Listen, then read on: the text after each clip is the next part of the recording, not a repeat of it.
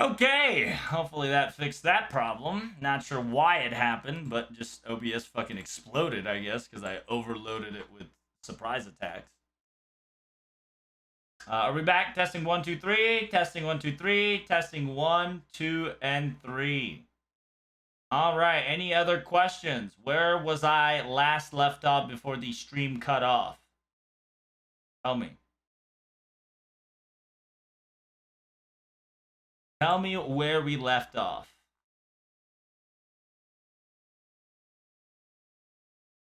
Coming man, follow my lead.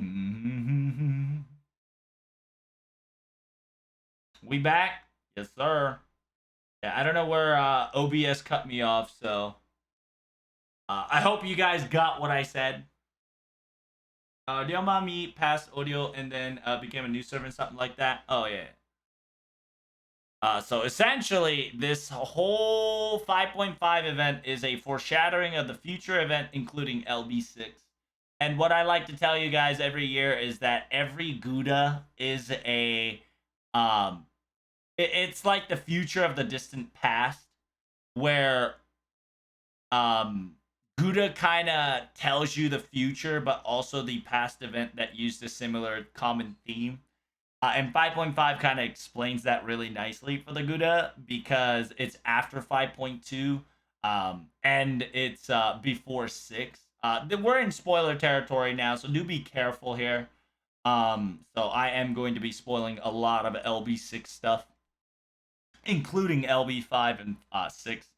So LB5 and 5.5, the from 5 to 6, it's about gods. Actually, 5 to 5.5 is really about gods, and gods, deities, heavenly creatures play a big role in that event, right? Um, and that the fact that Takasugi is a character that we all know and love and fucking wailed for practically, right? It's essentially the, if you guys haven't gotten the parallels, right? I'm going to tell you that Takasugi was low key a just a comic relief of this. Okay. Takasugi was legitimately a comic relief of a 6 point LB6 parallel to this character, essentially. However, also we talked about gods.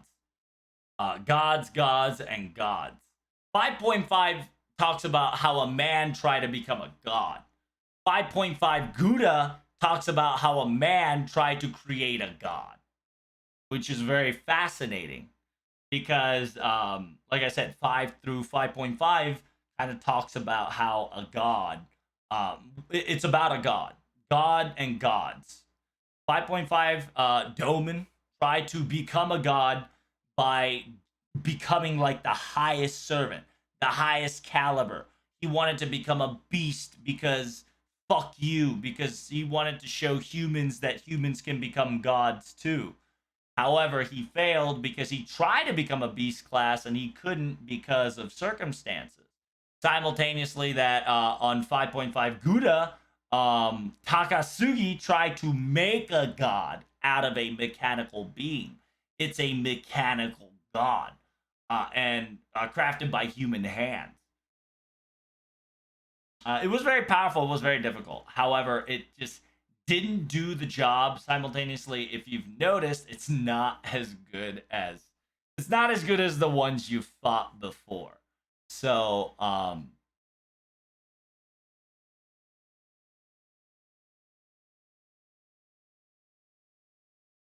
and so from here on out, 5 through 5.5 is all about the deity and the concept of what a god is, right? From 5.5. Hey, thanks for the follow there, Al Sori. Hey, Blue Scorpion. Hey, thanks for the follow, man. Big preach. And so here from now on is going to be 6 and 6, right? The next event that's going to happen on the 17th is going to be an abyssal related event. The reason why I say it's going to be an abyssal related event is because the voice actor of Abigail is going to be showing up in the live stream.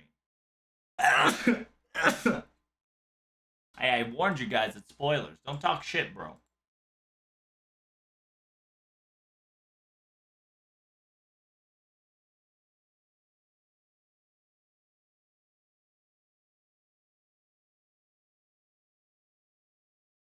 That's an interesting follower. I'm glad you like it.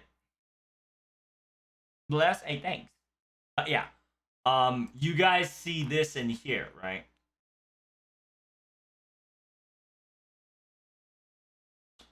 You guys see this right here?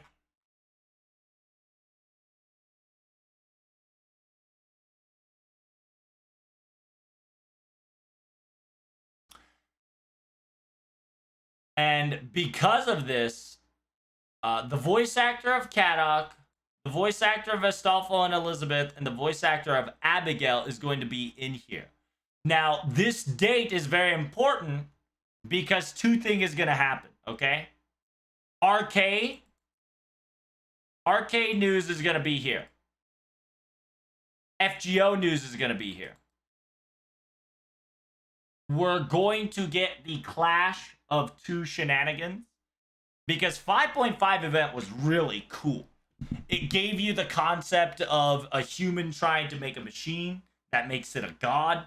Also, the fact that canonicalizes that Nobu's head is essentially a singularity point. Therefore, there's an infinite amount of possibilities by creating an infinite amount of possibilities. Meaning that as long as we are containing Nobu as a servant that is an Avenger, we're going to have Gouda. It's a nice way of saying Gouda is going to happen as long as we own Avenger Nobu. And since Avenger Nobu is a combination of all the Nobus smashed together, it's an inconsistency existence. Therefore, whenever something tries to canonicalize the timeline through singularity, her head's gonna go missing every time. Just because it overwrites it. Because Avenger Nobu is technically not our Nobu, if you guys don't know. And funny thing about it is, one of the few reasons why they don't rerun OG Gouda is because of that interesting fact that Nobu says that Okita and Nobu technically isn't from our timeline. If you go all the way back to the OG event and read it, they specifically says that they're not from this realm. And that's where Mysterious Hero and Ranmaru X comes into play, right? She is also from a different dimension. She actually came from a different dimension and came to us and then went to the past. And therefore, now she's canonified and she made herself a part of the Gura Gura family. And this twist of timeline events and effects are already come in contact.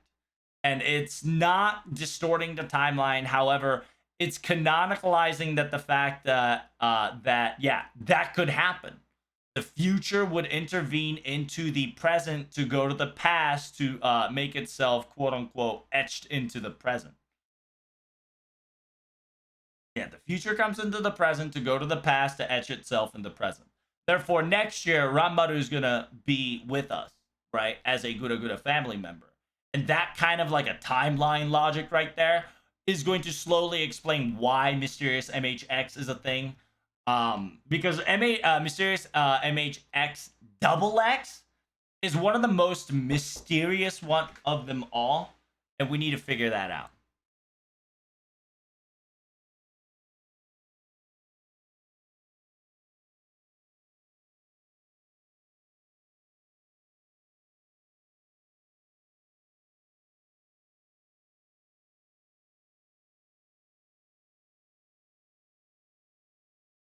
Are they technically from the Red Line timeline? No. However, they are not from our timeline. And that's the important part. Am I moving the spoiler lever somewhere besides the center? Yeah. I wanted to make sure you guys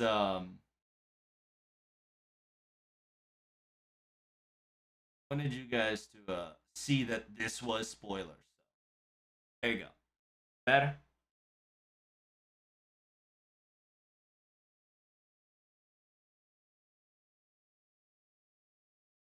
Baba Sid be looking cutie. It's true. I do agree. I think the this one is the one of the most wholesome shit in planet Earth. Just because if you truly understand the relationship with Bob and Morgan, the fact that they're standing there at that moment is like the most cutest thing in planet. Also, if you like Amakucher, there's Amakucher, and there's Arash, my homeboy, my homie, and then you got your Nemos.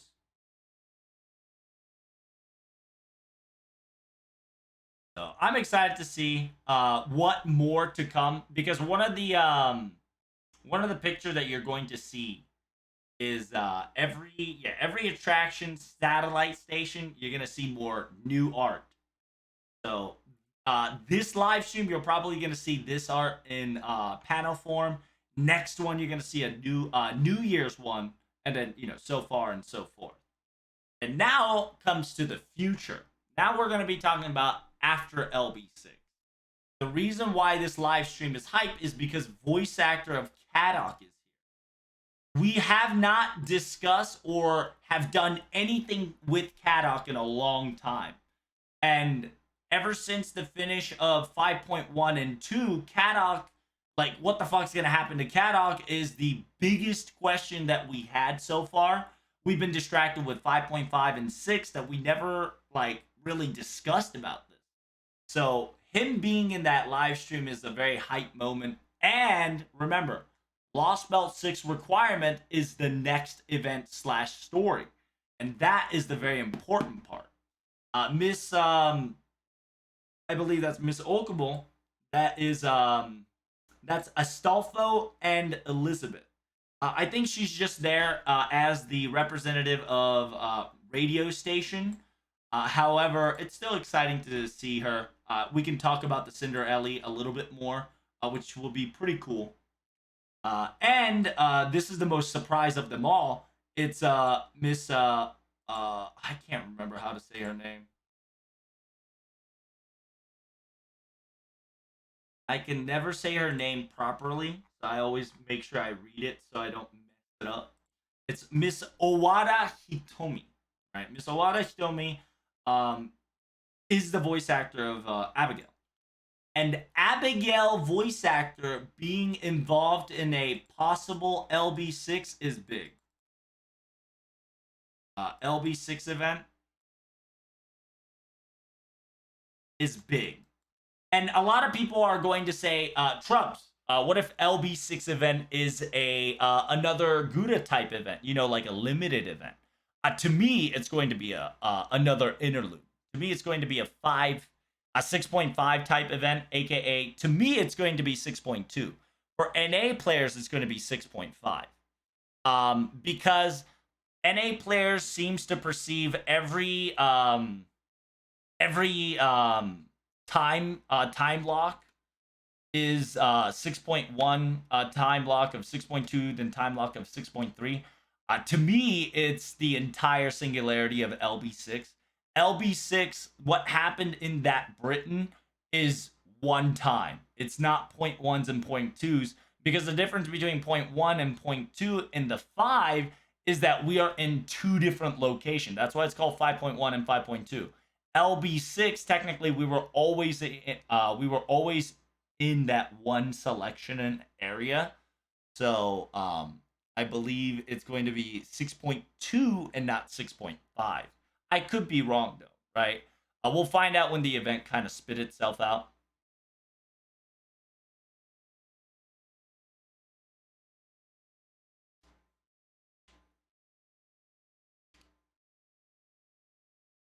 And a lot of a lot of people will be like, but Trubs, you might be wrong. You are 100% correct, right? Don't take it for understand that what I'm saying is all speculation. However, I am giving you facts through the information bits that they've given us. And important part is here. Whenever you go to the quote unquote support, the quote unquote not Halloween Rising, but like main quest clear campaign help part 1.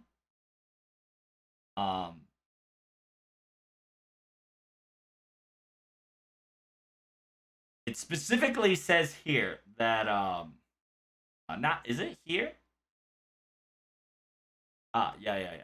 So it says in November there is a limited event, right? There's a limited event pre-planned. In order to join in, you need 5.5.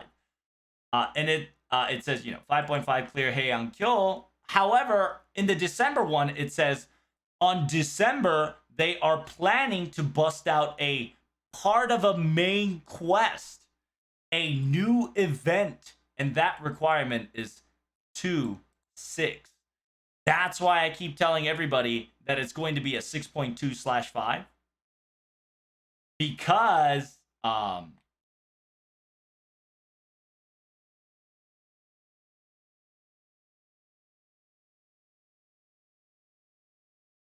because it says it differently. This one says limited event, and Gouda is a limited event. This one says part of a main quest. Whenever it says part of a main quest, it's probably going to be the 5.5. And the way they write things are different, and that's important.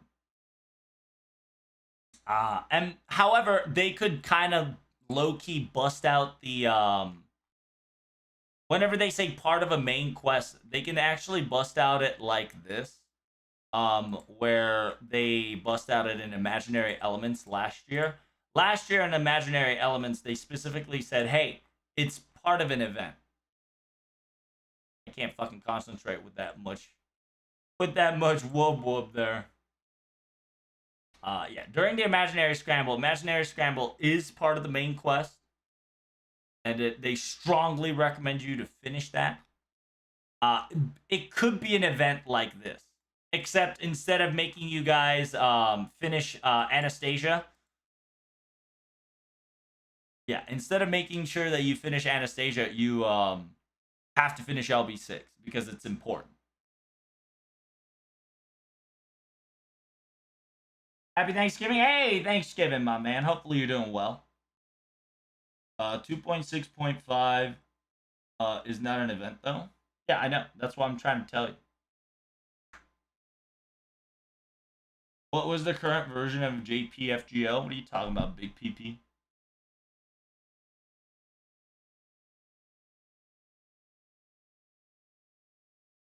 But yeah, so the next event is going to be a main story.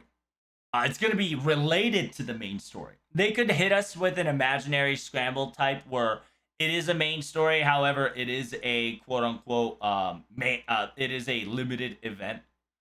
But I think it's going to be like 5.5 Heian Kyo, where since they need to add more main interludes selection, so you guys would use the main interlude slot a little bit more, it might be just another main interlude. And with that said, it's going to be a possible introduction of bringing out the cast of an Abyssal. And funny thing enough, 3 things can be explained. If the Abyssal were to come, the explanation of Abyssal will slowly be canonical in the main timeline. Because remember, in technicality, the only time we met an Abyssal, or aka the gods of the foreign, aka the foreigner gods, which is the foreigner class type deities, are in events and Salem. Those are the only 2. Technically, a lot of people will be like, what about that 5.2 though? That is a known deity. However, if you want to count it, yes, it can technically count as 1.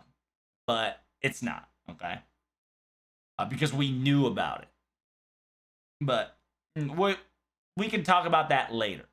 However, the fact that we're going to get a partial story that's going to be technically a canonical sign is very important. Imaginary Scramble did canonicalize the involvement of a foreigner gods. However, it's still a limited event.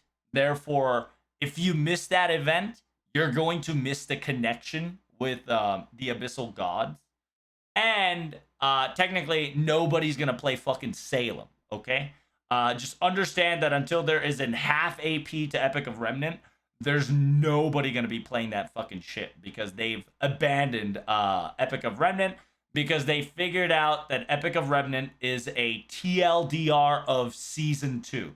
If you played and rewatched and replayed the entire Shinjuku Agartha and Chimocha and fucking Salem, you would realize that all these four events have a very similar theme and a very strong connection with LB2 Lost Belt 1 all the way to 5.5. Every aspect is there.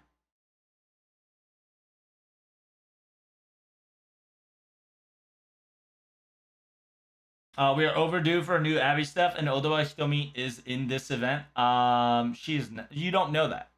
There's a possibility that the new event will have her, most likely, just because she doesn't show up as often. But this could be 100% debate, right? I'm gonna tell it to you both sides. While I am strong copiuming on the fact that we're gonna have a role with OG Abigail, by the way, not Summer Abigail, but OG Abigail. This could be 100% debate because she could actually be a guest in Arcade as well. And the most big brain strat here is that she is the guest of both Arcade and both Arcade and Mobile. And then here comes the big brain, right? And then a lot of people will be like, why? Why would she be in Arcade? Why would she be in why would she be in Arcade? Why would she be X, Y, and Z? Just because the involvement of an Alter Gilgamesh. And whenever we say Alter Gilgamesh, a lot of people will be like, Gilgamesh can't be altered. True. This is perfectly wonderful. And I'm glad that a lot of people do point that out because that means that the part of what we're talking about will come into play very soon. If I can find it, that is. Seems I've fucking lost it. Shit. Feels bad, man. Chat. Give me a second. I fucking lost my placements. Nice. Have a nice Thanksgiving.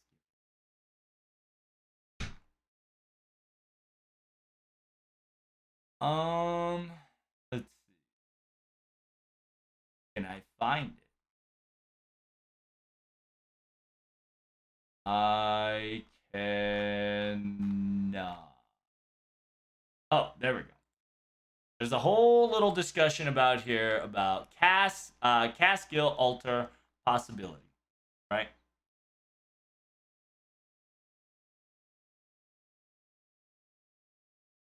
All this stuff.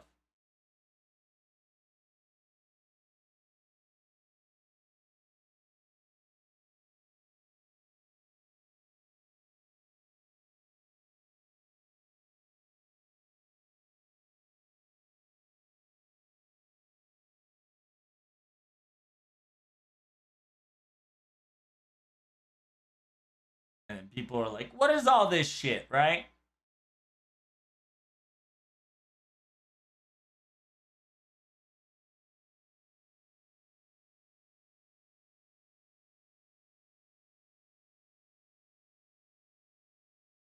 俺も住んでいいのか俺が一度出して蘇ったバブロニアのギルオルタいやギルってオルタにならねえじゃないのかこれのアーケードオリジナル版かってなる場合 And it says いや話術ギル公開しないだけで別面というならオルタになり得るぞ最後のシリアとはキャスギルのオルタビールの実面でもあるっていうのかね。そんな我々もわけないが、というがいい。オルタにはならないと言われたのが、国家したセーバーしかいなかったという時期の話だから、エミア・オルタやアルジュナ・オルタのような別変更の世界として別面の話なら暗黒化という関係はないし、オルタになり得るじゃないっていう。So it's essentially, it says, there's a difference between a corrupted saber and a alter Arjuna, right? And that's the topic that a lot of people will miss out on. And this also, yes. By the way, arcade is going to affect. I'm going to tell you straight up, arcade is going to affect FGO, both Abyssal and both FGO mobile storyline. So listen up, okay? Because arcade has fucking prototype Merlin hostage, and the entire arcade scenario is a dead end sequence. Wasn't Abby an imaginary scramble? Yes, in part. Well, I wouldn't say in part two. At the finale, she was correct. And that is because she was called it was like a semi joke, but it really wasn't. But it was it was, yeah, it was during part two because it was like a silly gag, so it didn't really count. However, just understand that did happen, but it wasn't like a major involvement to the story.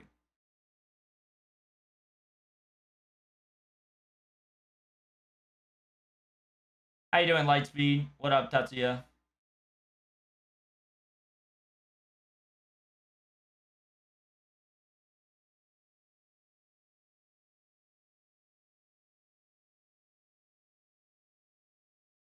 You've heard an interesting theory about LB6 and his estate if David lost belt is what would have happened. What are you talking about? LB6 is LB6 is whatchamacallit? Lost belt is what would have happened if the meteors never hit the Earth. No. The reason the David's lost belt was the way it was because of a timeline shit. It was the amalgamation of timeline fuck up. And like I said, going into the past to fix the present to get to the going to the be in the future to go to the past to get into the present, it's LB6, okay? And simultaneously, the first time David landed on it, it was the aftermath of whatever you just said, and we'll get to that part later. That's the grand salt finale, right? All of it's gonna make sense very soon.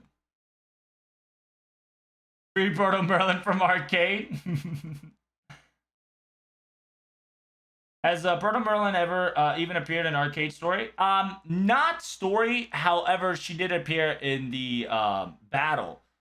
Technically, what I've learned is that the arcade story actually started at Sing 6, right? Singularity 6 Camelot. The story type driven event has started around Singularity 6. We did see Caster Merlin show up in during the battle of America. And apparently during all the way up to America, there was no story sequence. And what it was is that it was a battle sequence. It happened during combating with PvE. So we saw apparently you see Merlin while you're PvPing in order to fight Alter Coup, and it's Dragonites, aka the Dragon Beasts.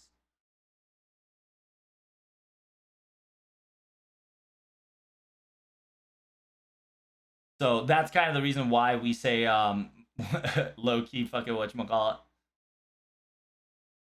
Is it Arcade Gilgamesh? Yes, and it's going to be an Gilgamesh altar. However, it's not going to be a corrupted Gilgamesh, right? And this is the thing that I need to start letting you guys know.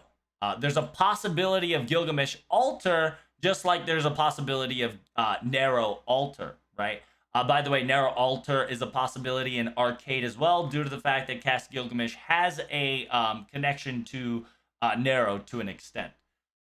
And to kind of show you guys what it is that here's the two things, right? Um, there's a two different types of ordeal. There is the saber, and then you have your alters, right? You have your OG saber, and then you have your alter.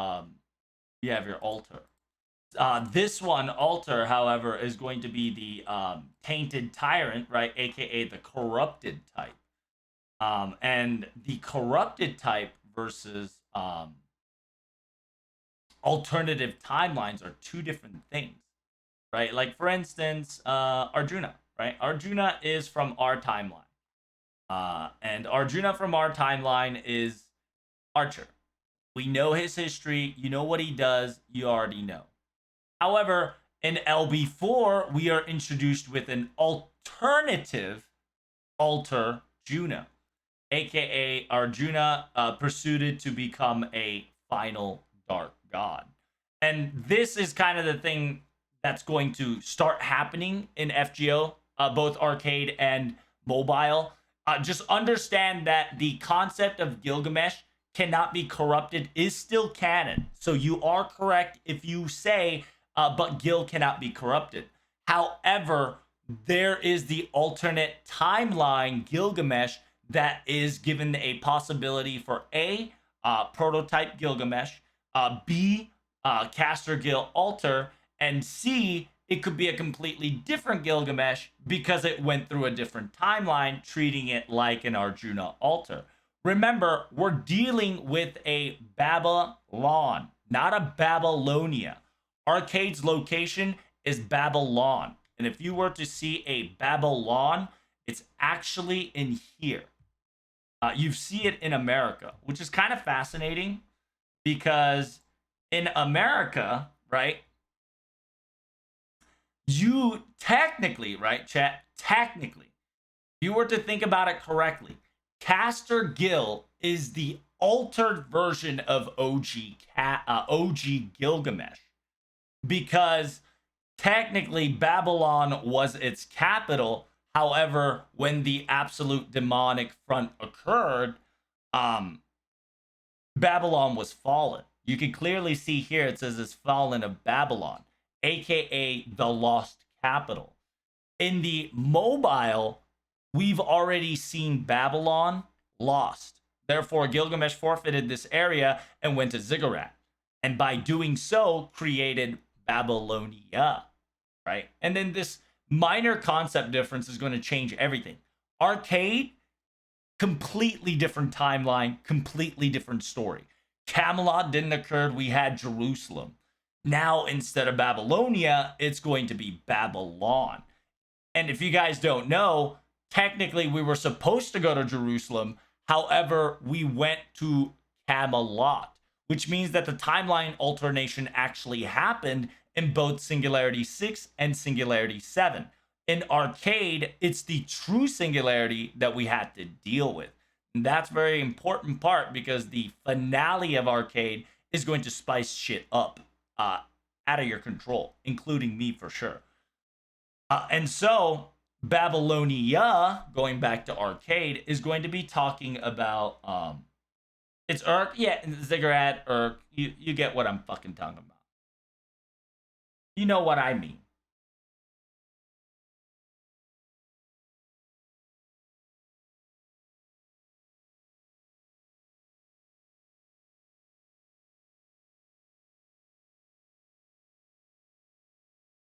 So essentially, Gil was able to hold the ground in Babylon. Maybe no, it's the fact that the Solomon didn't give a Holy Grail in Babylon. That's it.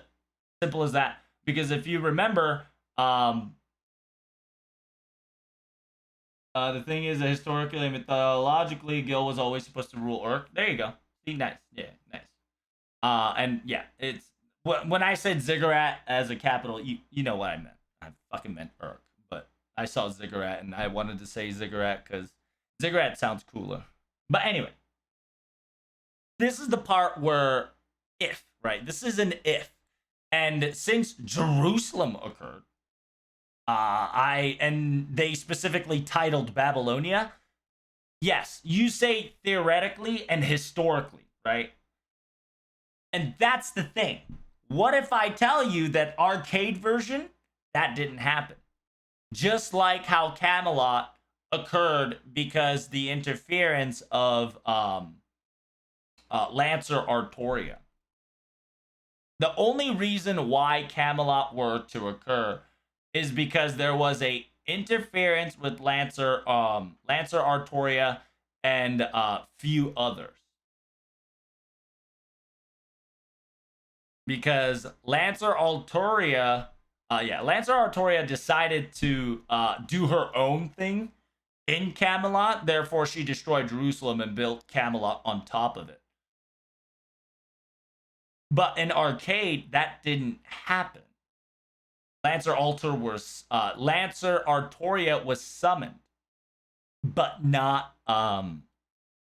has not decided to do her own thing, and that's a big difference between arcade and mobile. And now the second one has occurred where we knew that Babylon occurred. And funny thing enough, right? If you were to fight 5.2, what's his face? Shit, I forgot his name, chat. Kiristraya? Sorry, I'm blanking out here. If you were to fight in Kiristraya, if you looked at all of his 7 buffs, it's all 7 singularities. However, the Singularity 6 and Singularity 7, the description of each of the singularities was a complete opposite and what Arcade went through, okay? Arcade has Jerusalem and now Babylon. Kiristaraya buff specifically states a memory in Jerusalem and memory in Babylon. They both don't have any effects because to him it was not memorable due to spoilers. Wardime, aka Kiristaraya, you know who I'm talking about.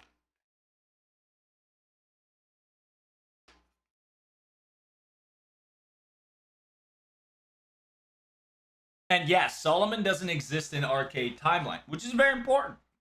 And so this possible, it could be that this is a caster alter. In my honest opinion, the best way to do this is to put Cast Gil prototype. Cast Gil prototype, just to make the fucking mobile salty.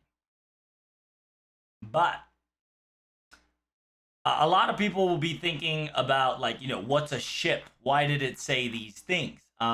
It's definitely the Noah, the Ark of Covenant, the flood, you fucking name it. And at the same time, this is a non-destroyed Babylon. So my thought process is, what if Gilgamesh actually didn't revolt, right? What if Gilgamesh didn't revolt? What if Gilgamesh actually became a actual bridge with humans and gods, right?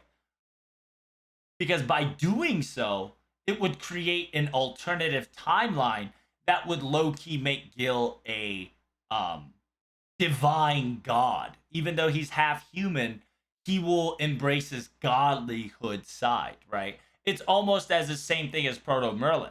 Proto-Merlin embraces her incubus side, aka succubus, right? Succubus's side, her demonic form.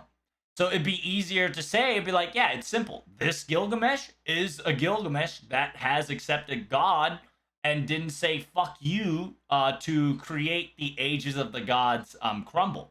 Because if you know, and if you don't know,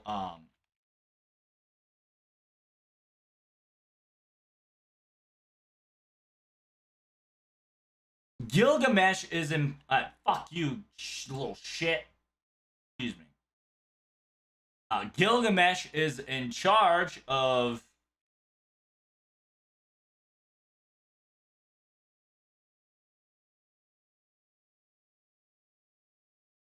I guess I better put the world. The world apparently is an easier explanation. Because yeah, during the ages of the gods, right here, realizing that if the weakening gods were to continue, ages of the god itself would end. The gods of Mesopotamia created Gilgamesh around 2600 BC as the keystone to connect the gods and humans.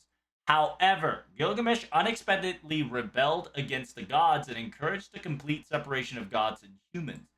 Due to this, the decline of gods were accelerated and gods lost their powers and became divine spirits, forced the existence of likely into the reverse side of the world, only be able to observe Earth without directly interfering. Therefore, what if I tell you that Babylon is this never happened? That never happened. And if you guys don't know the gods of Mesopotamia is was it Marduk, was it? The All Father of Mesopotamia is Marduk, and you saw his axe.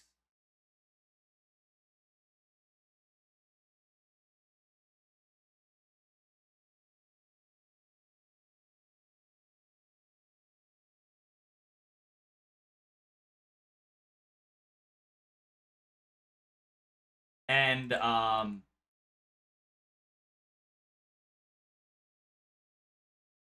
yeah, there's a couple more deities. There's major deities like Enya and Urka and Izababu. Babylon will be Marduk. There you go. And that's Jupiter. So here you go, right here. And Marduk is a Babylonian god for the Swedish mineral of Marduk, which is banned and others. God of ancient Mesopotamia, and Babylon became a political center. Also, apparently there is a goddess that did have sex with a human, therefore creating Gilgamesh, right?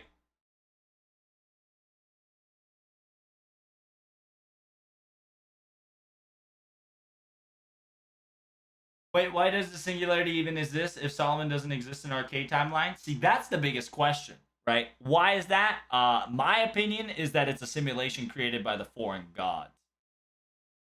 But we don't know that till later.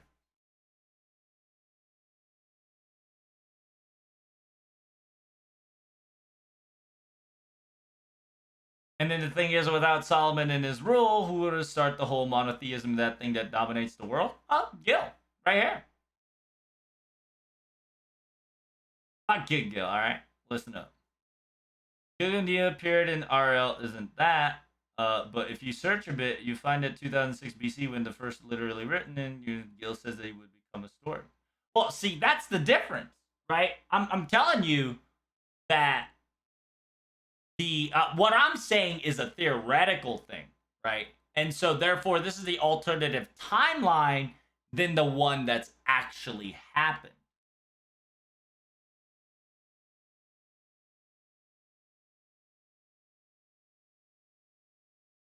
And what I'm talking about is Gilgamesh.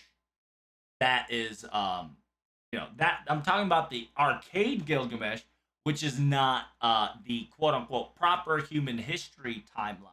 And then the funny thing is, this term proper human history timeline is low key bullshit because I'm going to tell you, as long as we are alive, we are the timeline, okay? Because we're alive. And therefore, whatever we say, it goes. So, and that's going to play a role later in life. And this concept battle is going to be a very big thing. It already started it. It's already crept in ever since LB1. However, they're slowly making it so that it's dumbed down so everybody can understand it little by little. And I do like how Nasu's kind of giving you guys baby steps to make sure that this concept battle is actually a thing that's going on throughout the entire story of Lost Belt, ever since from the beginning all the way to fighting to the Beast 4.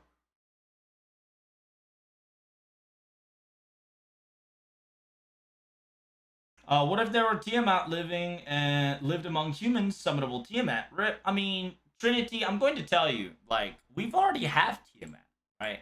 And a lot of people just don't get it through their brains that we're not going to get these deity servants as a rule, right? Like, here's your fucking Tiamat. You got two Tiamats, actually. Here's one Tiamat. And,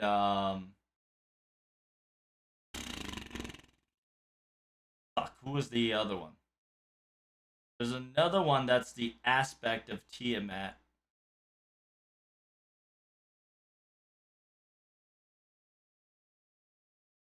I forgot who it was. There's one more. Yeah, King Protea is gonna be your Tiamat. There's no doubt about it. It's one of those things. There's a big reason why we don't get Zeus. We don't get yeah, we don't get Zeus. We don't get Odin. It's explained, and simultaneously, it's very controversial if they go too big, right? And simultaneously, just understand and remember we're only humans. Therefore, we protagonists cannot technically summon a actual god that existed in proper human history. However, we can summon alternative servants that are in the history, but they're very downgraded, super fucking downgraded. So that's why we're able to summon like Skadi. We could summon Arjuna Alter, but they're quote unquote limited, right? They are summonable. However, they're really dumbed down from their original format.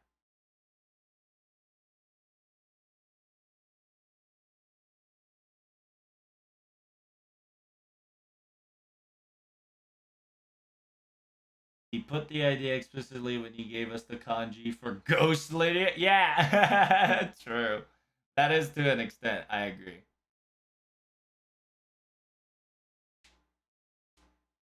I remember only King Protea. Tiamat wise, I think there's one more. I can't remember. It's not. They don't say Tiamat outright. However, you can kind of equal to Tiamat, but I can't remember. I'll probably remember it later. But you get what I mean. Do you think they'll introduce Violet and Cosmodrop in any time in the future? Yes, actually. They've already introduced Cosmodrop in LB6 because the fairy that Cosmodrop portrayed is a part of the aspect that Cosmodrop will take. That was pretty fucking cool, and I'm glad that Nasu explained that because a lot of people had a misunderstanding because LB6 Cosmodrop came in. They think that Cosmodrop was going to be in the banner. And Nasu specifically said no. However, she did the cameo to get the aspect played. So what Cosmodrop, that fairy that looks like a Cosmodrop, is what a component that Cosmodrop is going to have in the future. As Violet, Violet is the next Sakura face that you're going to get very soon. Not sure soon as like I can't tell you the date, but if they're going in order, Violet is the next one because Violet, if you actually look her up,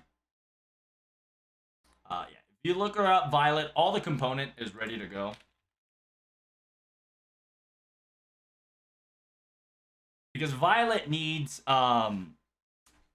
Aparasara, Medusa, and Melisande. If you don't know what an Aparasara is a type of a female spirit that's clouds and waters. In Hindu and Buddhist culture, they figure prominently sculptures of dance, literature, painting, many South Asian and Asian types. There are two, which is the Apasaras of Lakika, which is, and then Divika, which is divine. And then you got Yurvis, Menka, Ramba, Tihoromata, Greci, and the most famous among them. And then you got yourself Apasar, widely known, is called Pali or Debira, blah, blah, blah, blah, blah. If you keep reading, right? And then it'll say in English translation, Apasara includes nymph, fairy, and celestial nymph, and celestial maiden. Now I'm going to tell you, LB6 was about fairies. And Celestial Maiden is kind of being portrayed ever since 5.1 all the way to 5.5 all the way to the new Gouda event, right? Not 6, well, 6-2 technically. But Gouda 5, which Himiko is also a Celestial Maiden. It's in Indian mythology. They're beautiful and supernatural beings, youthful, elegant, superb of dancing. They're often wives of Ganajira, court musician of Indra, and they dance to the music made by Ganajira, usually places the gods. Blah blah blah blah. Eternal beings who inhabit the sky. They take flight at the service of God, compared to angels. And then you say Apasara is able to change their shape and rule over fortunes, game, and gambling. Apasara is sometimes compared it to Muse of ancient Greece. And you keep on reading this shit, and you'll little by little you'll learn. And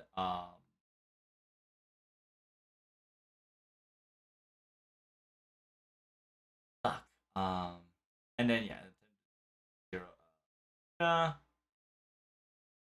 She Apasara is considered to be the most beautiful of all Apsaras, except yeah, an expert dancer. Ursula is mentioned very many times. There's some Indra, Sarah. Fuck, I forgot. And then if you keep looking up at Apasara, you would see a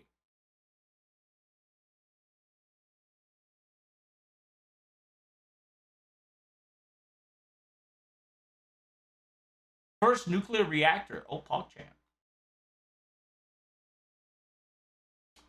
I can't find what the fuck that shit was going. But anyway, the spirit components is Medusa and Melusine. Well, you already know Medusa, right? We already have Medusa, and surprise, we kind of low key already have Melusine. And if I remember correctly, I believe Apasara was the Berserker Requiem T Rex. I could be wrong, but I think that's what it was. She was able to shapeshift, and she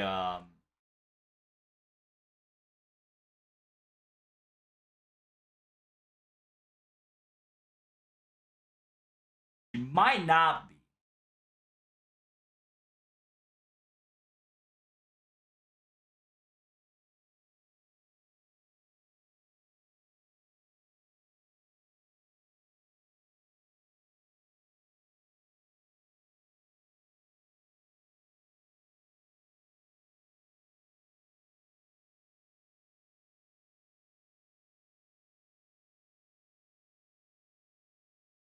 But anyway,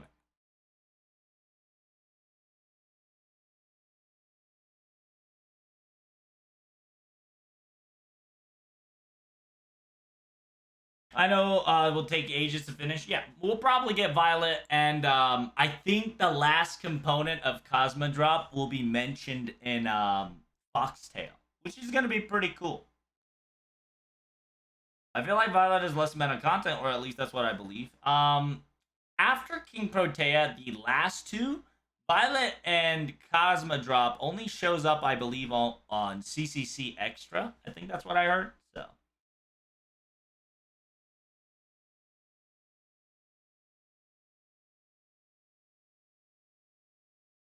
Well, see, and that's the thing that you're I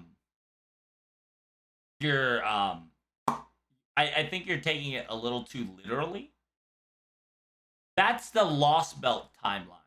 That's not our timeline. However, to an extent, that can be our timeline reasoning, but I would say take that shit as a grain of salt because it is a Lost Belt timeline, not a OG timeline.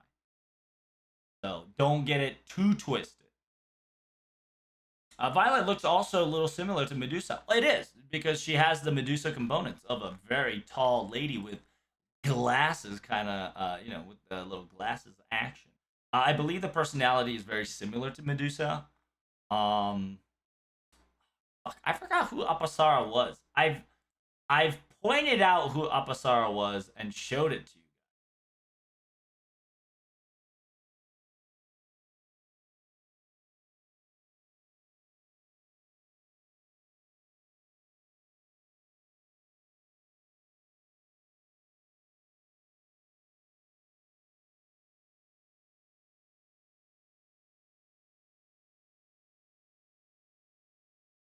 Anyway, it's just that Apasara can be anybody to an extent, as long as they're got all this shit. And then they're court musicians of Indra, often wise with the king. Celestial beings, male or divine singers and female dancers. It is said to determine the skill of singers in Indian classical music. Da, da, da. I can't remember for the life of me. We talked about all this shit before, but I forgot who it was. But anyway, it's just understand that she's next. She's 100% next. Then Cosma drop's gonna happen. I'm hoping we get. See, the shittiest part is I think the only person that we're going to now get is it's gonna probably be Tama, Tama C, Tama B, and Koyanskaya versus Sacrifice.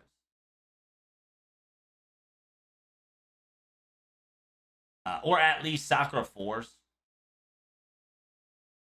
Because I really want to see Tamamo 9 versus 5s. But I think what they're going to try to do is... wait, 3, 4, 5, 6, 7. I mean, they can bust out 3. If not, like, the sad part is I don't think we'll get 9. Unless they specifically tells that Caster Tamamo will never use 3 tails. And that's the problematic part, because Caster Tamamo currently is canonically having 3 tails already. So they have to do something with that. But anyway.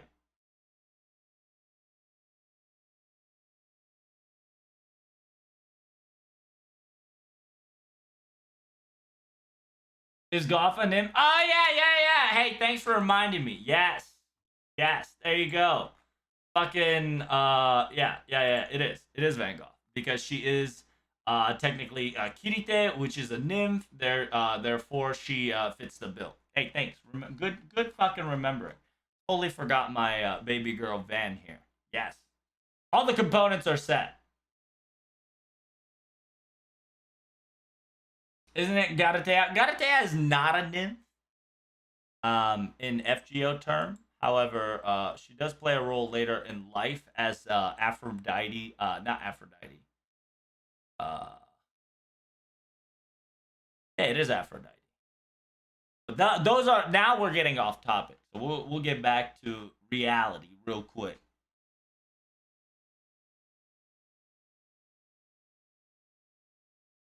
I remember the Melisande Theory days. Yeah, and that shit crazy. I didn't get it down to the T, but I told you that it was happening. Double 9 versus Sacrifice never happened. Not yet in FGO. Like even in extra timelines. Oh yeah, not yet. Valkyries are also called Apasara, apparently. Well, yeah, because technically there should be a lot more Valkyries, and Valkyries are like angels, and Apasaras are like angels, and you can say angels equals Valkyries, because Valkyries are angels of Odin, which, which would make sense. And a lot of this, like, it's, like, FGO is a lot of X equals Y.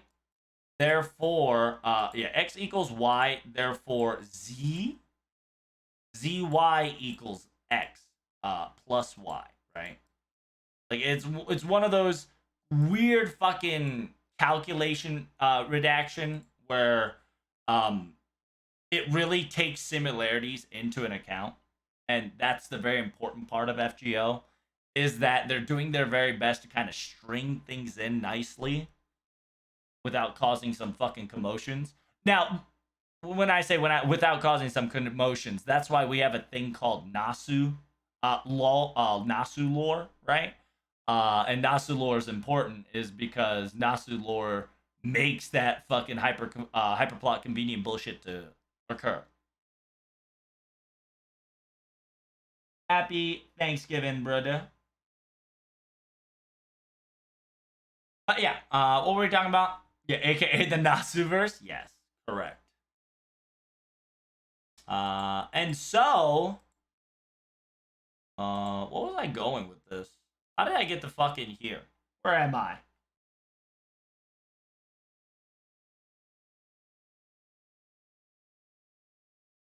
But anyway, I wanted to talk about Gil. Gil Kun.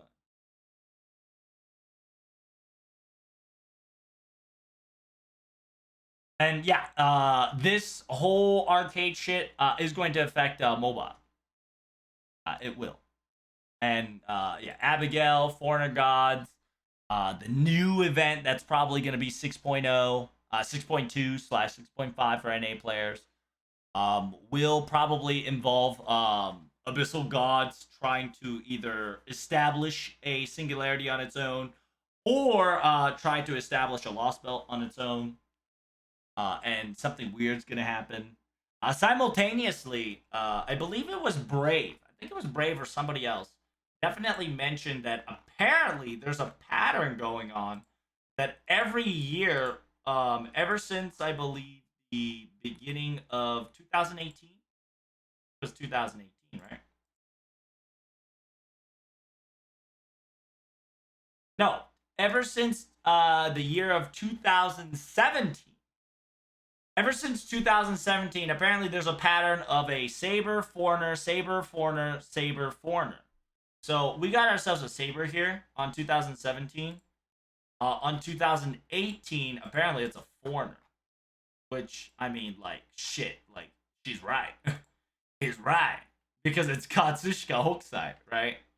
And then you're gonna be like, oh, that's bullshit. Well, let me blow your fucking socks off real quick, all right? You know who the next year was at 2019?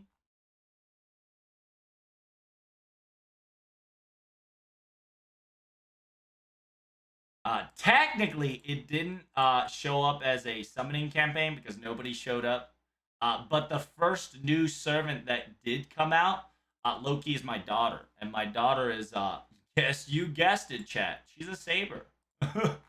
It's kind of weird, but there is this trending pattern that's going on that every first year it's either going to be a foreigner or a saber. And yes, the new servant that came out on New Year's technically is my daughter because January, it's technically on the same day. My daughter is the New Year's servant to an extent. And 2020, we get Yun Yun, right? Which is the foreigner.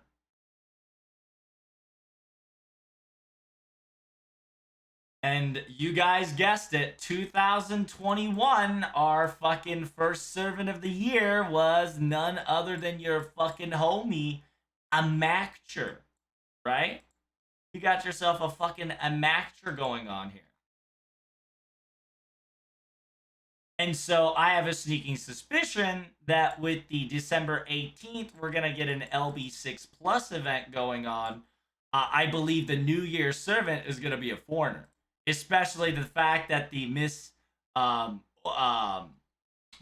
what's her face? Owani, can't remember. Miss Owada Hitomi, excuse me. I fucking mixed Owada and Tomi. Miss Owada Hitomi will be playing a role here. So I can almost tell you that 2022 New Year Servant probably going to be foreigner if they follow the pattern, right? And remember, FGO likes to break the pattern once you see a pattern. So I wouldn't be surprised they don't bust out a foreigner New Year's. However, I also would be pretty PogChamp if it comes.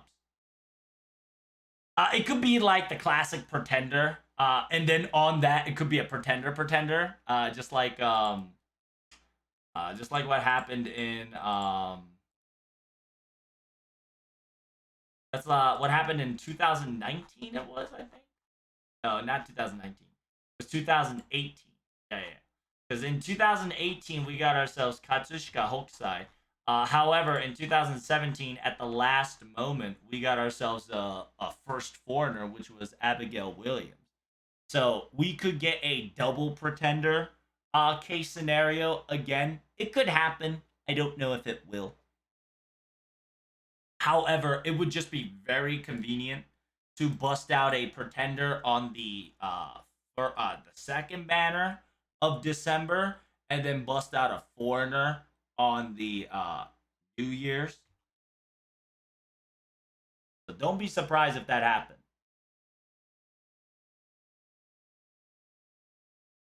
Are we gonna get Abin Oseme foreigner? I don't know about Abin Oseme foreigner. I think Abin Oseme is gonna be a pretender.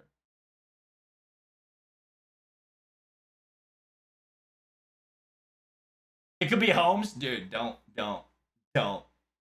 I could definitely see foreigner Holmes, and it's gonna piss me the fuck off.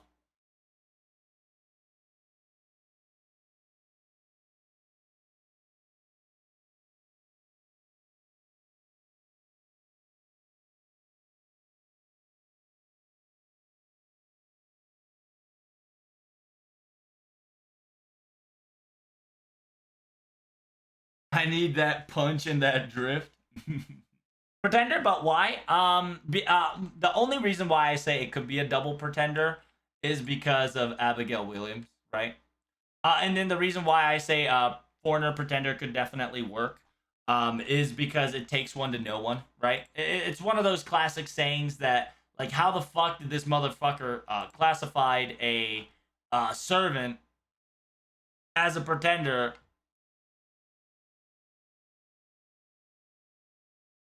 if he's not one, right? Why would Abe be pretender? Oh, because they could just take the name of Abe and not be Abe and completely be somebody else. Um, the reason for that logic is because Abe is a very Merlin-like type servant, and so it's funny because how am I gonna explain this?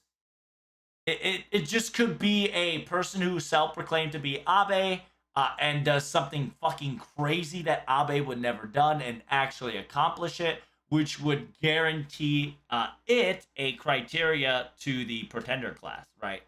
And just like 5.5, remember Amano Kawakusa, aka the evil god, that weak ass god, low key, that existence of that god itself was a pretender candidate. Where technically Sakamoto Ryoma was Sakamoto Ryoma, however, it was Sakamoto Ryoma being possessed by a lesser demon, which was the keep forgetting that shitter's name, which is Amino Tachigami or some shit like that. Can it be pretender Koyansuke have dark perhaps? And that could work too. And that does come to the next question. We still haven't fought in Koyanskaya just yet, and we've already have Koyanska of Light. Therefore, Koyanska of Light, not gonna lie to you, she showed up. However, she's not Koyanskaya that we know. She's probably an aspect of it, right? One out of two of Koyanskaya. And if there is light, there's always going to be dark. And yes, you can definitely say the dark one could be pretender. Just understand that she is not alter ego. Please do know, due to the fact that 5.1/2/5.5 do confirm that the fact that she is not an alter ego of the foreigner gods.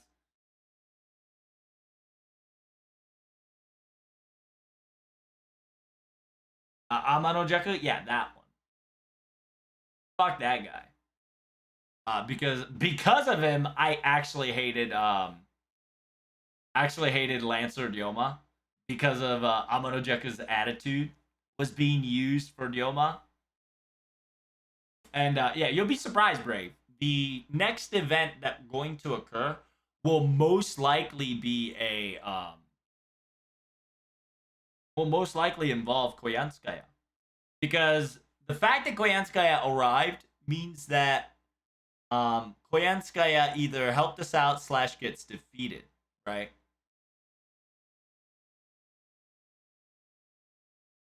And while she was a candidate for a, well, technically it says it in the spoiler alert right here that she was technically a candidate for Beast fucking whatchamacallit. She decided to do she decided to be something else. Funny thing is, original plan was that she was going to eat the foreigner god as her 8th tail and finish the master in her 9th, but due to some technical difficulties with her 6th tail, she had to immediately change schedule. Next, her task, her ultimate goal, the plan, and if service, true objective was to blank, blank, blank. And I think her NFF service was truly was to quote unquote do exactly what Lancer Artoria was doing. And Lancer Artoria was to preserve. And Koyanskaya in general, I believe her 6.5 objective is going to be to preserve. And that's going to be Beast 5. Because she wants to keep stuff, right? And she wants to preserve and mass produce and sell it to the foreigner gods.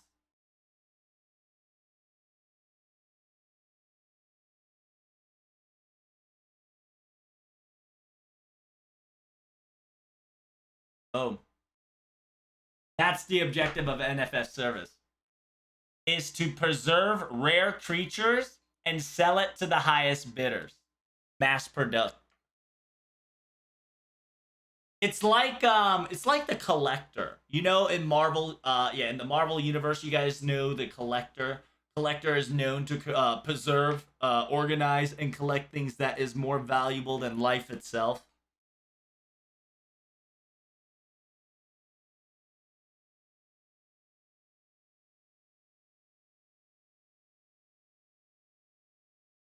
I know what I meant, but it would have been too fast if we get a gotchable counterpart. To counteract this, the Koyanskaya of Dark might not be gotchable because she'll be a beast. And remember, beast can't be gotcha.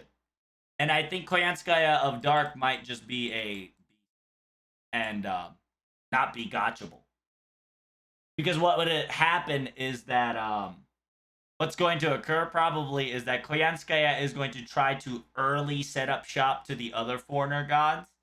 And what would happen is that she'll actually come in contact with one of the foreigner gods, and that's actually going to fuck her over. Or multiple foreigner gods, and that's going to fuck her over. Because she slowly gets infected by it. And what she'll probably do is she'll probably cut herself off. Like how Tamamo cut her 9 tails. She'll probably cut an aspect of herself off, which is aka Koyanskaya Light over here. And what she would do is she would side with Master and not only kill herself, but, save, quote unquote, the universe or, restore the timeline. Therefore, she would be a hero in our eyes, which would allow her to be directly allowed to be sit in the throne of heroes, which she is etched as an assassin supporter, god of weapon. Because she's technically is a god of manufacturing, which is the weaponry of humankind.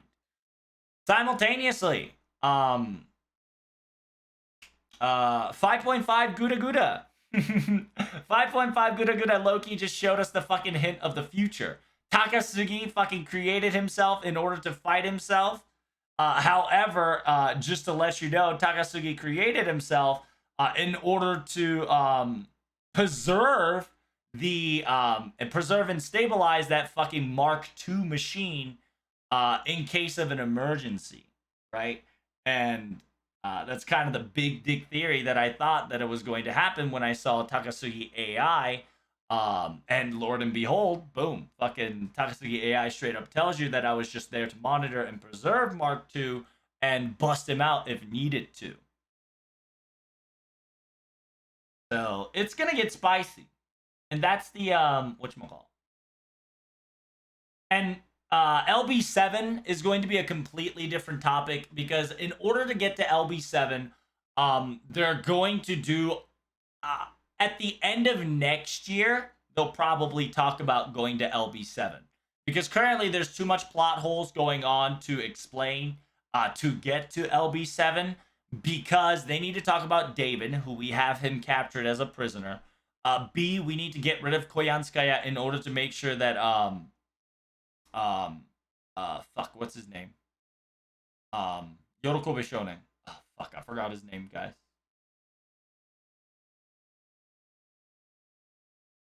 Oh shit, I can't remember. Rasputin? Yeah, Rasputin slash Kyrie? Yes. I'm going to tell you, Rasputin slash Kyrie is, while he's an alter ego, I believe he's a pretender. Yeah. That's going to be the most funniest shit in the planet Earth, because if you actually read all the Kirie's lines, if you actually go back after LB6 and read all the Kirie's lines, he's full of shit. Like, while he is Rasputin, he's also bearing something else in mind. Therefore, there's a high possibility that he is a pretender. That is an alter ego. Therefore, he'll show up as an alter ego. However, if he were to be free from his job or shackle or his contract, he'll most likely be a pretender, or he would achieve X, Y, and Z results to be a pretender.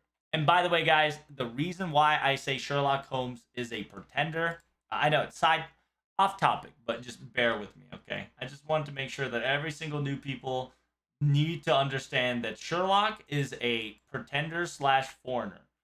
The reason why he could be a pretender instead of a foreigner is that he has a foreigner up his ass, okay? You see that if you type in foreigner Sherlock or whatever the fucking command is. You guys know what it is. However, I think he's a pretender that has a foreigner aspect to it, which is going to be very spicy, because a lot of people are thinking that because you have a foreigner aspect, you're going to be a foreigner. Technically, you're wrong, because BB Moon Cancer didn't become a foreigner. So there's another alternative logic side there. And also at the same time, if you actually look at the sigil card, the card that turns into a pretender is a ruler. And I'm going to tell you, LB6 was Nasu pulling that shit out of his ass, having a Morgan fanfiction, okay? So, I sincerely believe that Sherlock Holmes was supposed to be the very first pretender. However, LB6 kind of low-key fucking sided him and sided him and created Oberon as a pretender. Just because one of the greatest fucking artists, one of the coolest artists that Mafia hired and was able to be the bridge and the gap, wrote Oberon. So he didn't want to lose that opportunity, which was a pretty smart move, but.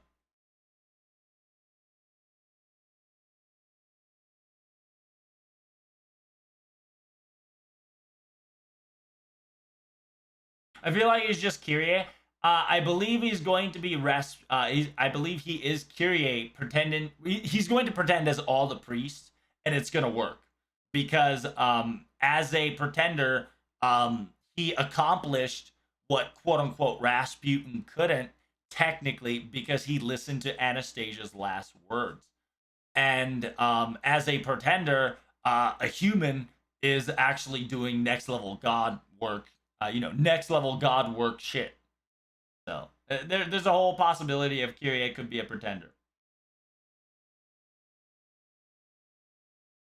And we're not going to talk about going back to Fuyuki, because going back to Fuyuki, I'm going to have to talk about in like 4 hours of session of next level shenanigans.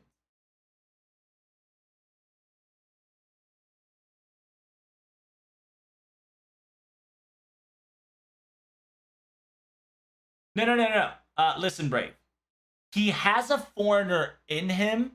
However, he can be classed as a pretender, because, like I said, it takes one to know one, and it'll really be like we'll know if he'll be a foreigner and pretender. He's definitely a candidate of both. because Moriarty is suspicious of Holmes in general, right? And where's the class? Where's the oh shit. Is it main class? No, it's what was the advantage, chat? The battles? Oh, not battles. Chat. Somebody give me that fucking there's a command for it in my chat.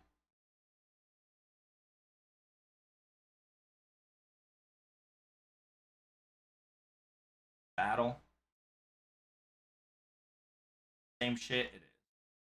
Forgot what it was called. It's the oh, bruh. Hey, listen, bitch. 5 lines. Read the rules, will ya? I don't know what the hell you said. Glad you're back, but keep that shit 5 lines. We don't want to hear no essay.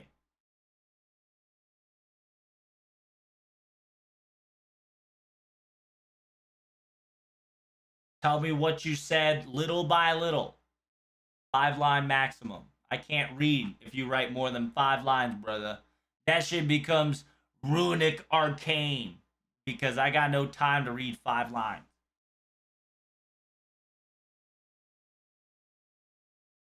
I'm surprised that FGO now has Google Play saves now. I don't know what that means.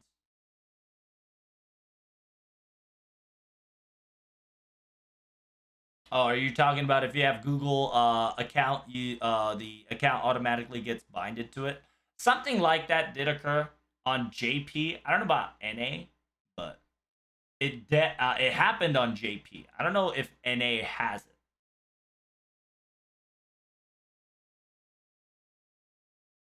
Yeah, my fucking eyes. You damn right. But anywho, it happened on Korea. Oh, nice. Congrats on Korea to actually get that shit binded. But anyway, you're fucking distracting me.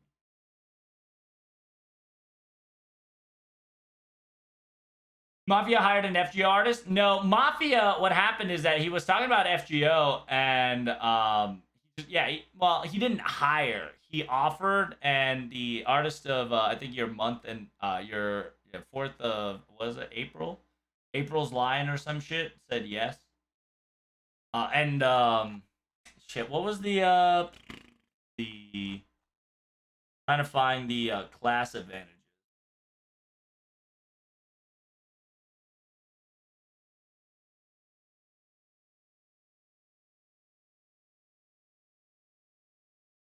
No, I don't know what it is called. Not Beast. It's called class.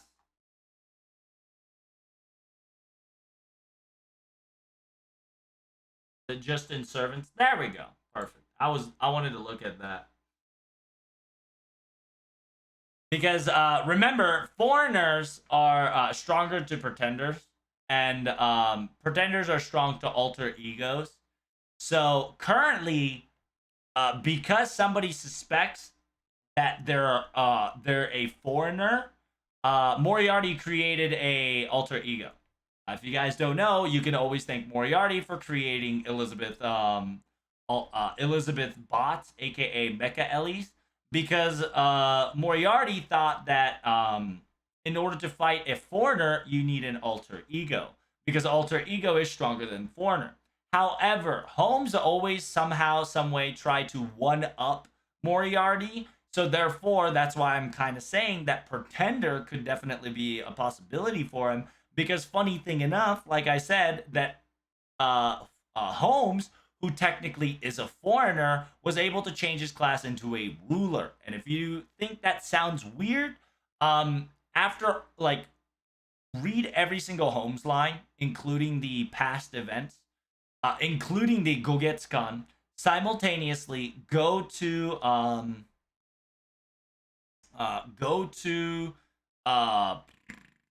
the very start, the trial quest of Holmes.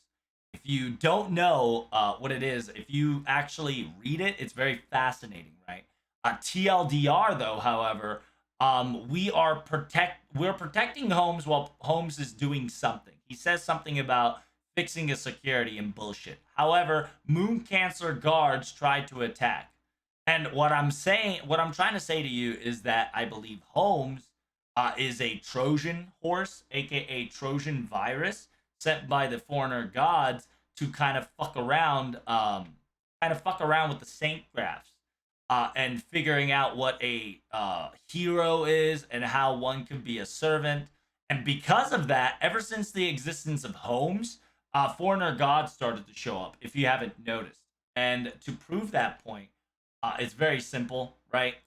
Ever since the quote unquote, I think it was 2017 new anniversary, right? I know, I think it was 18.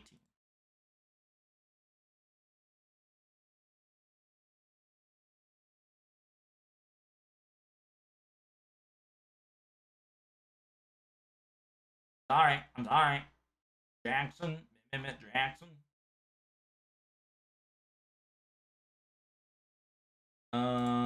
Yeah. Not 17. It's 17. Excuse me. Ever since 17, right? The second anniversary where you get a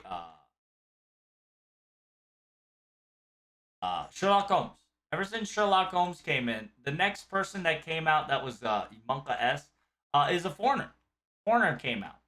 And then after Foreigner came out, well, Lord and fucking behold, another fucking Foreigner came out. It's weird for the fact that there's two Foreigners back to back, but it would make sense that if Holmes used this trial quest to infiltrate Cutterdare's summoning system and tampered with it, allowing the Foreigner gods to take place and able to hold a stability on a stability on a uh,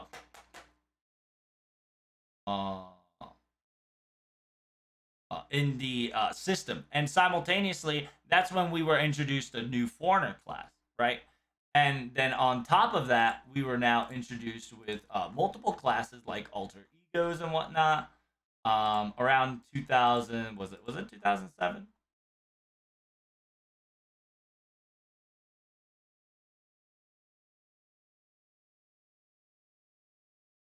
Yeah, around May, we've learned about alter egos.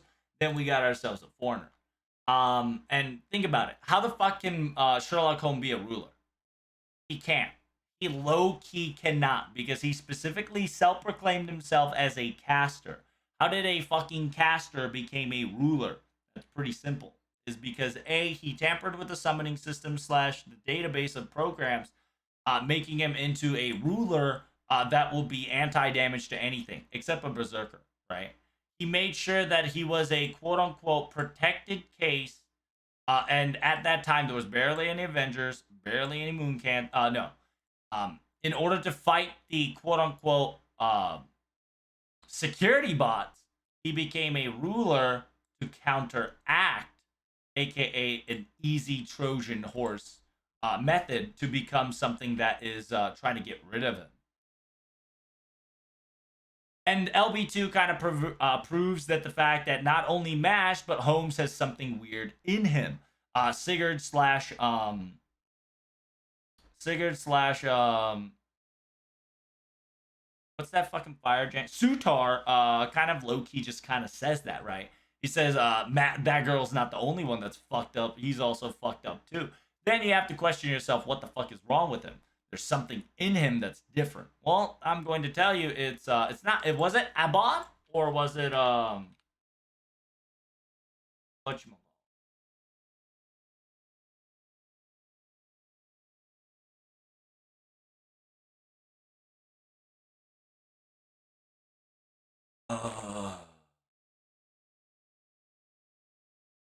was it a foreigner god? Was it called? Um,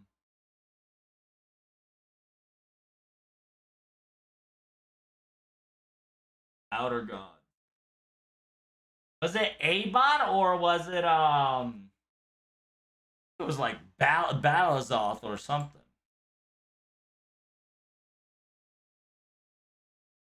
No, it's Daloth. Some shit was like called Daloth. Yeah, there we go. It's Daloth. He has Daloth. Sherlock Holmes has Daloth. And funny thing enough, if you read here about everything, Sherlock Holmes once said he was working with Edison with something. And funny thing enough, if you read Daloth and if you see his double phantasm, you'll definitely see the correlation, right? 1 second, please.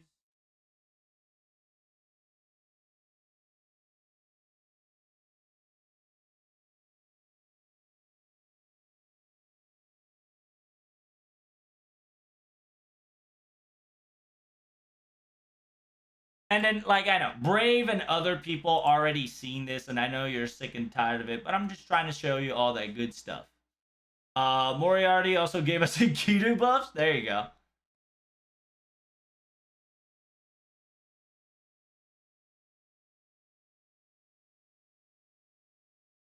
When does NA get an event reruns in the Mana Rare Prism shop? Don't worry about it. Soon. TM is what I'll tell you. Soon.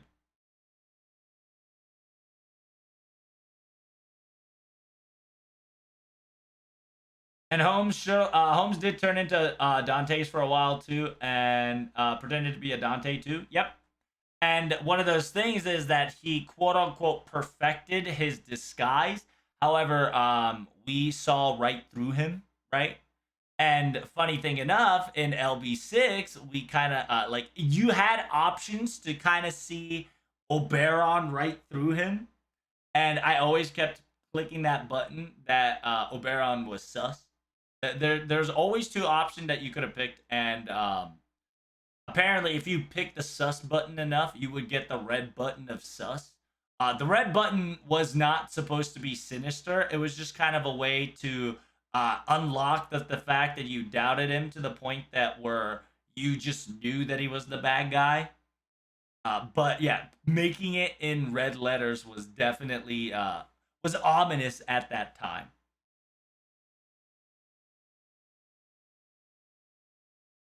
He even talked about Shadow Person about preparing for us for the future, causing Enkidu to unlock an anti-threat. Yep. He's still a bad guy.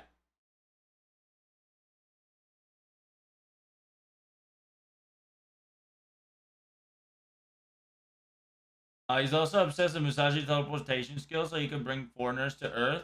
I mean, I wouldn't say it would go that far, but like he is obsessed with certain things, right? He's obsessed with meeting a beast. He's obsessed with meeting anything that's transportational, anything that will kind of get some like he's always interested in something to move, right?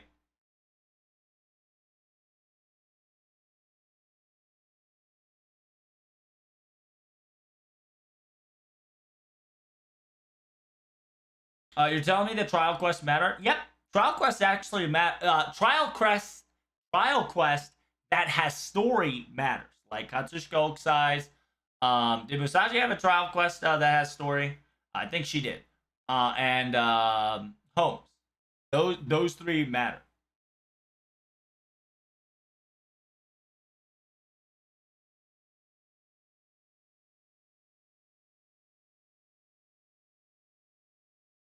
I mean, he did talk to us in person in the shadows about preparing us in the future, causing Enkidu to unlock his anti-threat too. Yeah, and one of those things where he Moriarty knows what's up, right?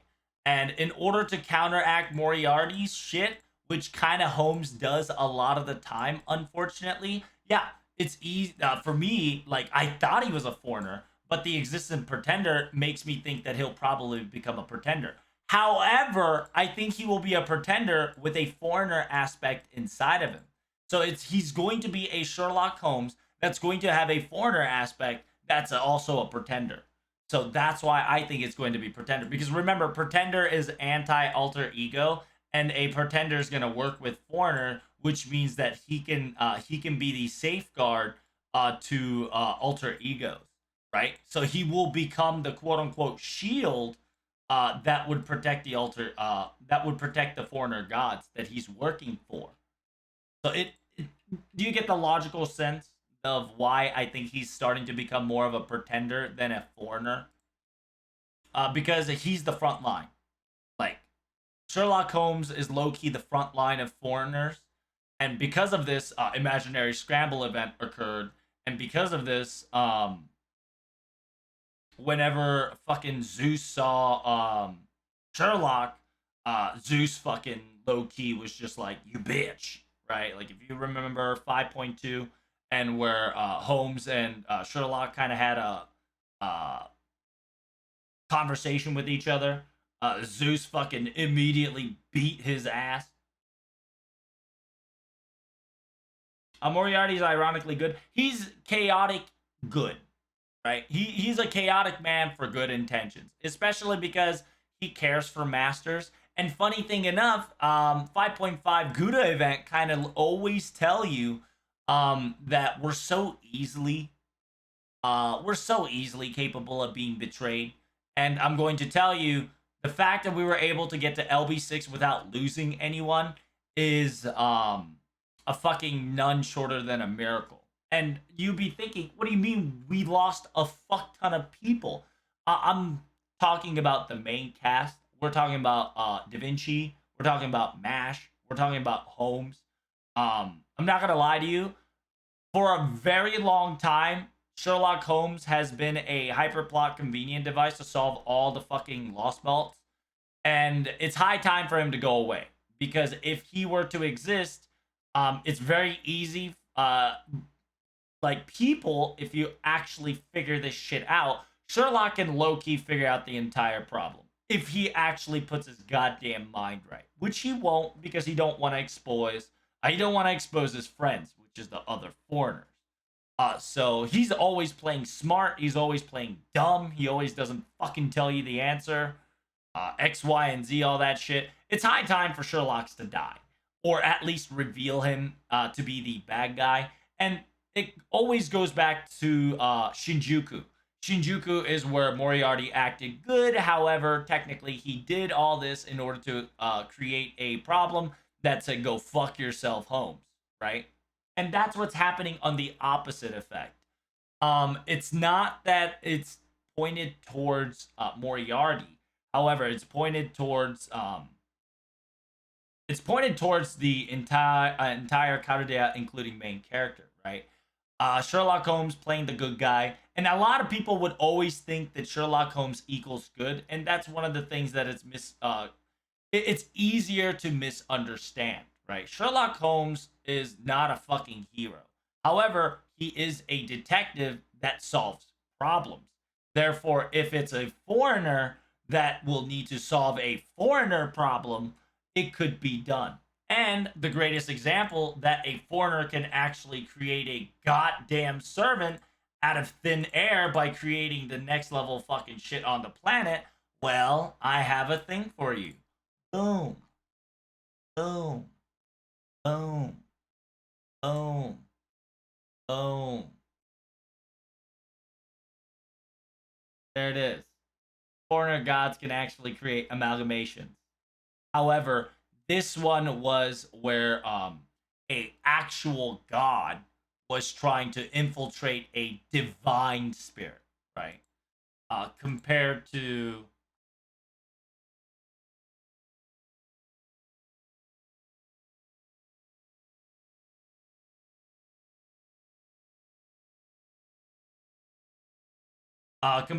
putting a foreigner into a humanoid spirit, right? Because what had happened was Van Gogh himself, they wanted Van Gogh's noble phantasm. His noble phantasm of Destra Nacht, of the Starry Night, is essentially a crack for foreigners. It's like a fucking mirror, gate, like a gate portal for foreigners to able to slide in and out and give boosts in power, hence further increase the crit damage of existence outside the domain allies for about 100% for 3 turns, and all this good stuff. It's essentially, they wanted Noble Phantasm of Van Gogh so badly, when he actually refused, what they did was they fucking sewn him together with a quote unquote kirite, which creates a very contradicting creature, which kind of fucked himself, and by doing so, it was fighting against each other, and created a very insane person that would activate as a device to invite the foreigner gods into the imaginary realm.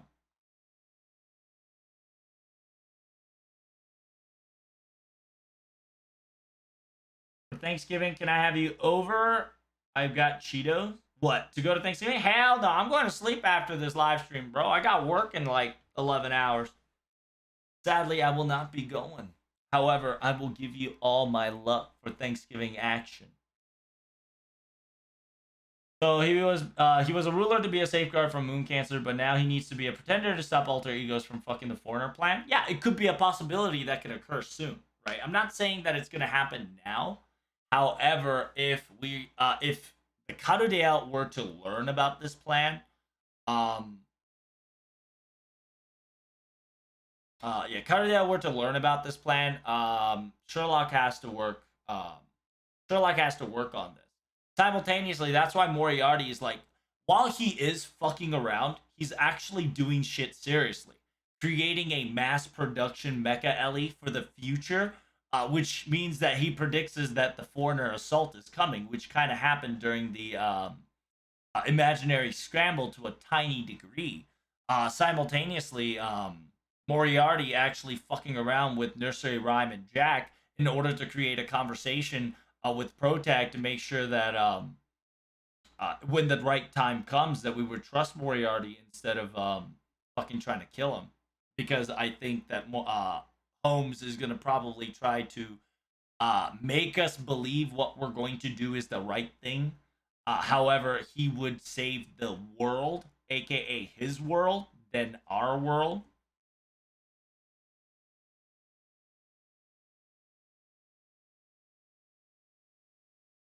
And it's very important that Holmes specifically says that I don't want Moriarty to know my moves or know my motives, right? And the thing is, right, Moriarty knows Sherlock Holmes. So if Moriarty stares at Holmes enough, I think that I think Moriarty's gonna figure out it's not Holmes. Something else is controlling Holmes. And that's why there's a very big sentence in the second interlude of Sherlock saying that he doesn't want Moriarty to know his patterns. And the second interlude of Sherlock Holmes kind of details this back behind the scene fucking mind game that's going on through the events and the stories and the motives that they're going through, right?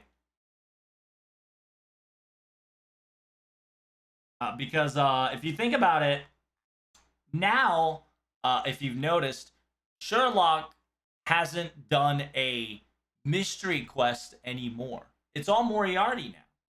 And in these each of the mystery event quests, Moriarty is kind of starting to hint at something. And you have to legit read between the lines to what kind of he's saying. From about 2017, I think it was, right? No, 2018 April, right? No, not that.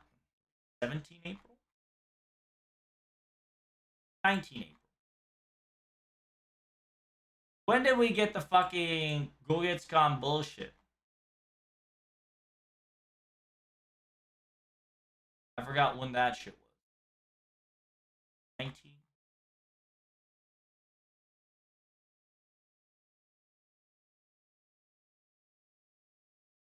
May. Okay. 2018 May. Murder at Gogetscon was done by Sherlock. Also, simultaneously in 2009, aka the study in the dubious Mehoso, Sherlock came to not Sherlock. Uh,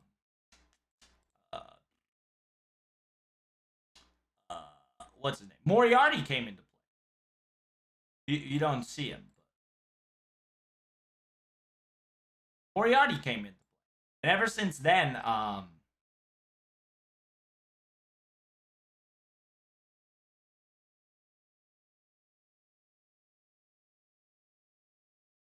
yeah, ever since then, it's all home. It's all Moriarty.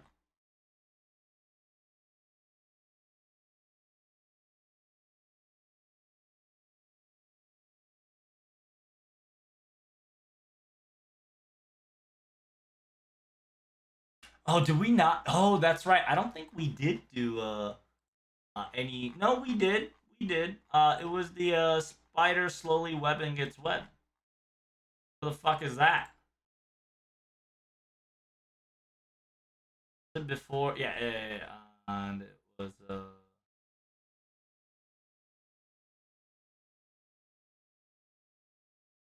oh, it was 2019.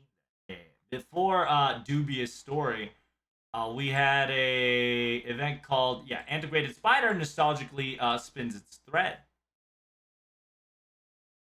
This kind of low key talks about very important things of giving stuff up, um, small town, small war, gangsters, um, my fickle fate, triangle magus, old spider, and goodnight talk. And small town, small war. You know, it's a war against alter ego. Yeah, it's a war against Moriarty and Sherlock, Triangle Gang, Triangle Gang.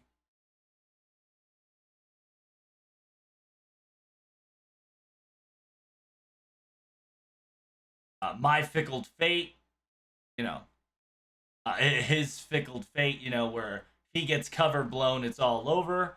A Triangle Magus, which talks about three different mages that exist currently, which different mage kind of low key exists. Old Spider and Goodnight Talk. And Old Spider is you guys already know where I'm heading to. Who's gonna be the Brain Zerker? I have no clue, dude. It's definitely might not be. It's definitely not the.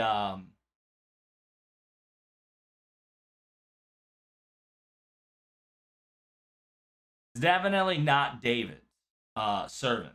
A lot of people. Yeah, mostly NA. A lot of people, mostly NA, have misinterpreted that the David servant is Grant. That is false. David brought a servant that has a grand status, meaning that it could be his servant. However, it could not be his servant because it didn't say it in details. How because what we previously know is that David should own a berserker that is very powerful, right?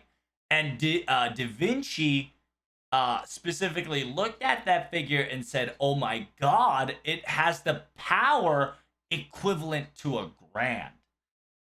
Right? So therefore, it has the strength of the grand. However, it's not a grand servant title. Just like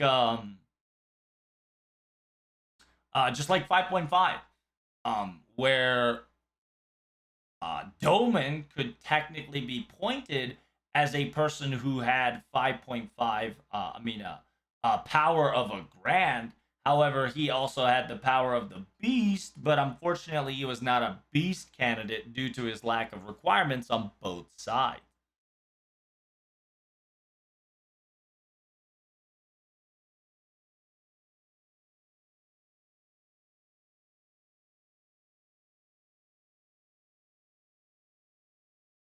And before he works with David, I mean that could work, right? Like it could be true. It's reading if you read it specifically and correctly. I don't know how NA will translate it, and that's why and it's very interesting in how NA would say things, right? And because a lot of people would go instantaneously like that, they never really think about what and how they were saying it. Da Vinci never once said that's a grand that's a grand servant. Well, no, she did say it's a grand servant, or at least it has the power to equivalent to it. I believe is what she said. But yeah, you can definitely read it. It doesn't say that it is a grand servant, but because technically, if it's a grand servant, the fact that it came to the LB4 place, it should no longer be a grand servant because it's not working for um the Gaia on that side. It's technically working for the Gaia on this side, which is LB4, which is a different world. But anyway, it's all good. Remember how we all thought certain someone was an archer and deceived his power level?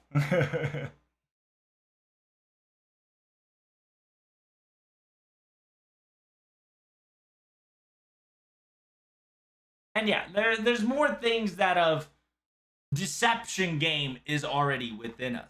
And well, yeah, we're almost gonna conclude. LB7, I'm going to tell you, there's going to be two parters where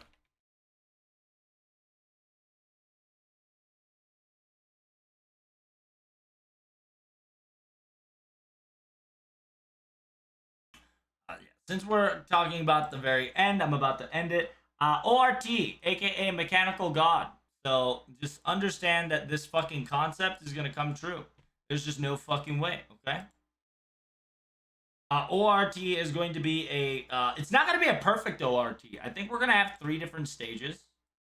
We're going to have a divine ORT, we're going to have a mechanical ORT, and then we're going to have the actual ORT. But in order to defeat ORT, 3 things is possible. And Gura Gura 5, Gura Gura 6 showed us this, right? If we can somehow contain ORT in a mech, in a flesh, in a anything that's destructible, if you can mortalize him, you can kill it.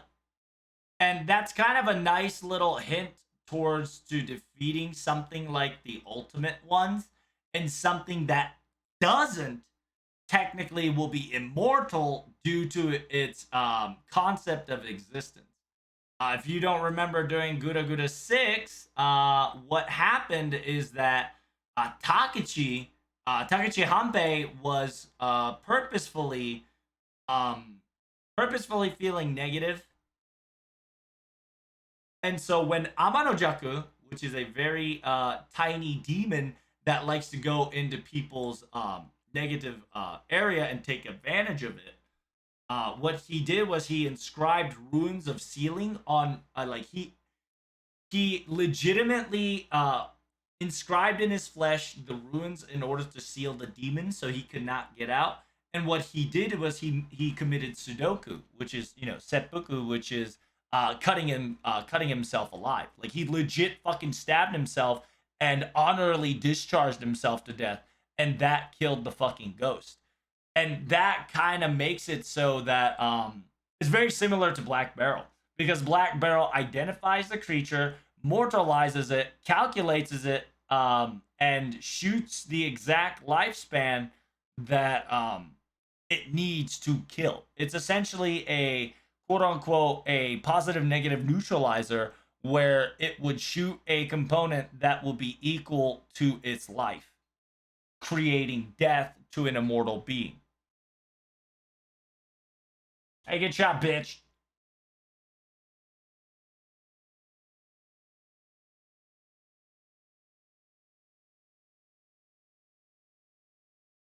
Oh, nice. That says, yeah, Misa around there is too strong for us to properly observe them, but I was just able to get the idea of their scale. Thank you. So yeah, this is perfect.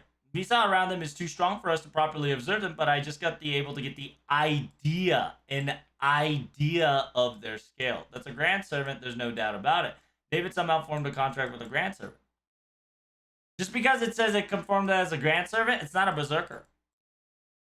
A lot of people are automatically thinking it's a berserker. It's not. It's just a grand servant.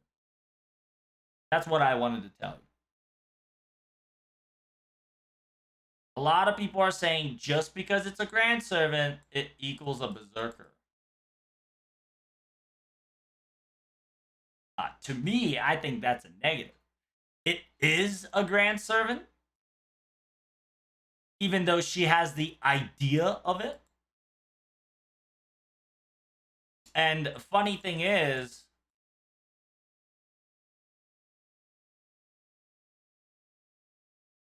grand and a beast are two of the same coin. You can flip it. So if it's a grand servant, Loki, it could be a beast servant. It's just if the right motive is there. We did saw something in the back of the Davids during that trailer. You think this is not the end of Amanojaku? Amanojaku lives everywhere. Amanojaku will probably pop up again. But I'm telling you the concept, right? The concept of Amanojaku dying because he possessed a host. And because he possessed a host, he became mortal. And essentially, by Takachi Hanpei killing himself, he also killed the spirit with it completely. And what I'm trying to tell you is that that's one of the ways to kill something that doesn't exist, right? You put that bitch in something that is or has a lifespan or something that is destroyable, right? So if you can somehow debate ORT into a construct, mechanical god, if not a flesh of a human or flesh of anything else, by doing so, you would put mortality to an immortal being and able to kill it.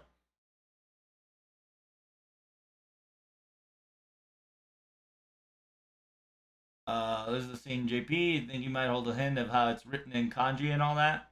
What you talking about?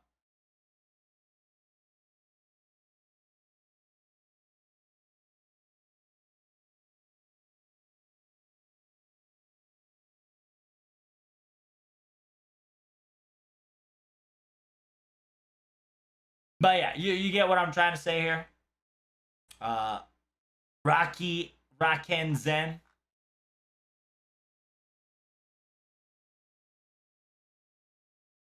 Because look, this says it right here. She perfectly just said it. That the fact that it's very difficult to observe them properly. However, I got the glimpse, aka an idea of their scale. That's a grand servant. No doubt about it. David somehow formed a contract with a grand servant. That's contradictory. The fact that she says it's too strong for us to properly observe it, and yet she has a 100% guarantee that it's a grand servant. So while it looks like a grand servant, it could be something else entirely. And just because it's a grand servant, right, that does not equal to a berserker.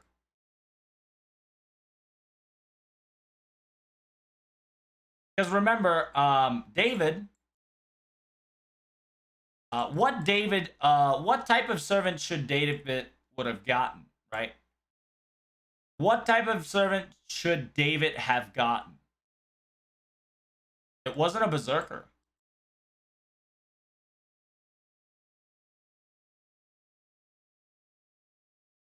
Nor it wasn't a ruler. But he got those. So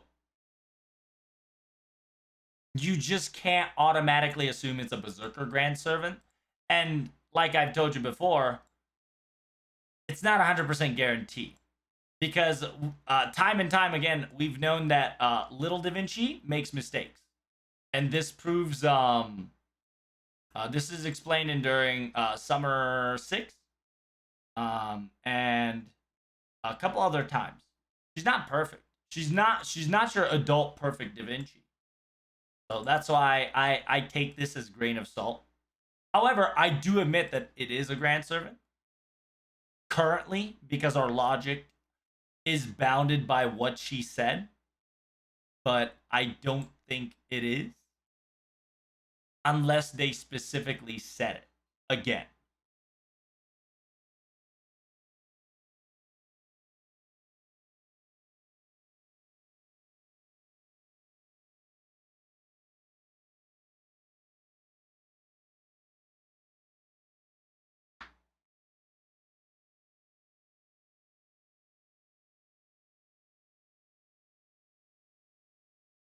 So just know that while this could be true, right? While it technically could be a grand servant, however,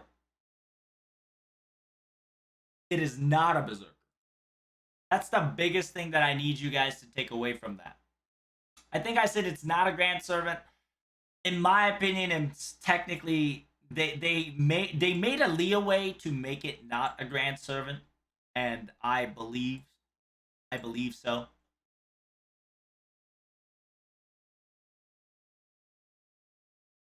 And it's not impossible to control multiple servants, right?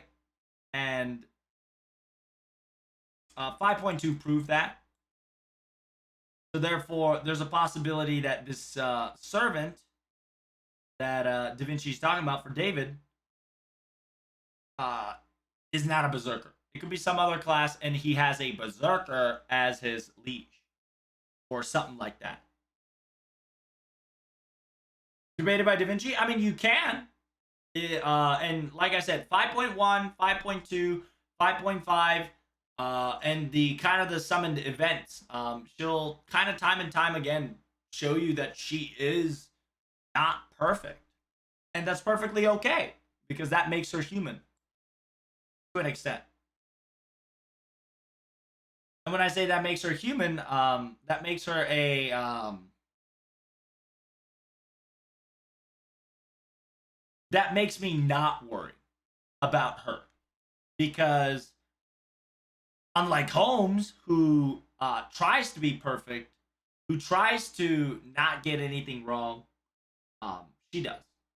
She does make mistakes. She is what it is. But anyway, we're gonna see this for sure. ORT. It's been shown in trailers at least once. Um, I don't know if we're going to get ORT in LB8 just due to the fact that the entire trailer was supposed to kind of give homage to Lost Belt 6. So we don't know for sure if this is going to be true. However, if you've noticed from LB2 to LB5 to LB 5.5, some similarities and shit are known where things kind of go interestingly wonderful. Could it be Pale Rider? I mean, he could be. And a lot of strange fake stuff. I hate talking about strange fake because um, it's spoilers.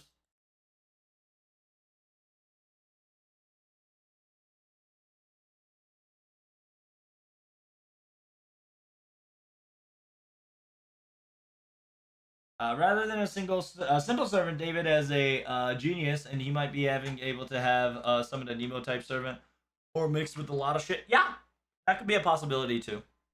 I'm just letting you guys know that while it does say that, just understand that you don't believe that shit till you see it again. Okay, till you see it. And at the same time, the reason why it could be grand is because a it was talking about death, and low key death didn't exist in the that universe. So in that area, in that land, in that right circumstances, he could low key would have had enough. Like he would have checked all the books to become a grand servant to kill that thing if needed to be possible, right? Because in Yugura Shura, the concept of death didn't exist. However, whenever he munched on a corpse, he talked about death, right? And he talked about um how death should be actually a thing and not this bullshit. I just want another big titty waifu. My copium theory, Arash, is Ushigozen. I I don't know why they don't want to put Ushigozen on the fucking Year of the Ox. They've been memeing it ever since fucking 5.5. They've kind of shown a Mash's voice line during the New Year's. They've been hinting the alternative servants that yeah, they've been hinting alter servants from the very get go of 2021, right? Like that's why I say Kichi event, aka Little Big Tango event's very important because remember the part where Jalter and Jalter Lily swapped places and stuff, right? And funny thing, Medusa and Little Medusa switched, and Ushi Wakamaru and Taida, not Taida didn't switch. However, the Saint Grab body was stolen to an extent, and all that good stuff. And fuck, I wish somebody has the fucking map of Little Big Tengu.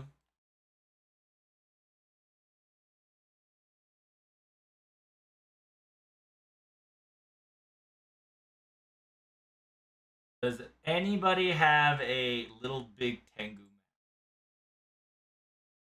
No, no. It's close, but it's not. Fuck. I need to see all the map.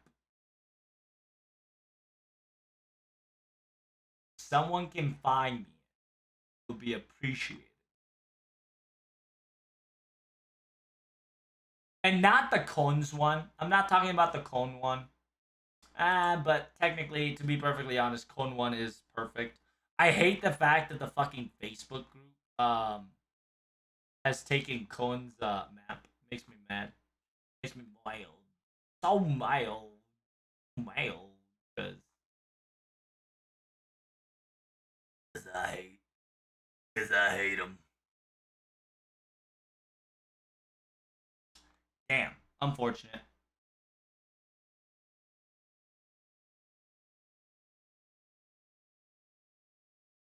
It could have been Casa por Naruto. It could have been. Anyway, let's see. That. Yep, doesn't happen. Guess I better take this shit and put it in there.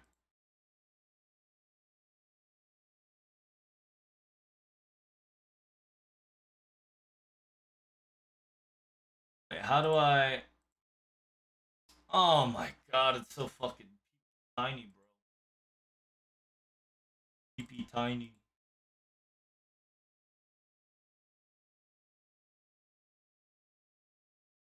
It's very difficult because there's no map for it anymore. Because I have to look all the way down to Cohen's oh shit. You guys ready for this? Are you ready? Are you ready? Alright, so watch this shit. Boom. I gotta go all the way fucking down real quick. Give me a moment. I gotta all the way for the fucking beginning of the world. Zawar! Gotta go fucking turbo. Turbo fast. Turbo in. And we still in July? Come on, motherfucker, come on. Come on, motherfucker, come on. Come on, oh shit, we went too fast. Hold up. I think we're good. A Grail Live, yep, we haven't gone far yet. Go further and beyond. Beyond, I say. Boom. February. February, January. There we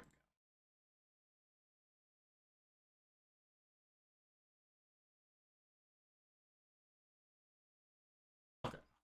January. So essentially, we have France. We have an island. We have New York. We have Halloween, and then we have the JP stuff, and we have Australia. Let's see. I believe this was LB6, Halloween, um, all the JP event.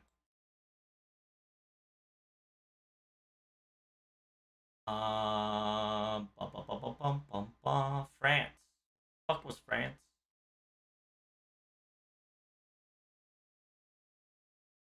What the hell was France again? Oh, the France was actually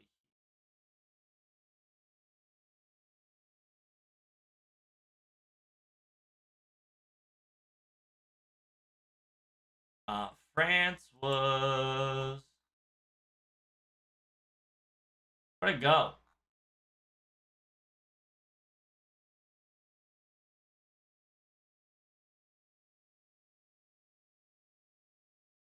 Panama.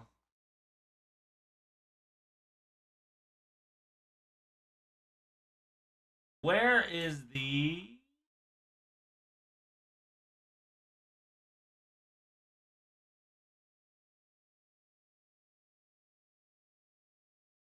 when did we do the Amakucha event?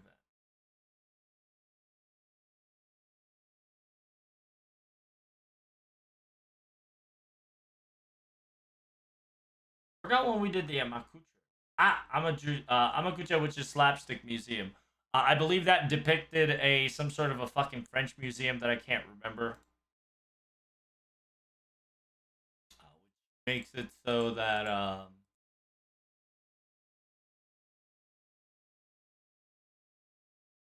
that's the Amakucha event.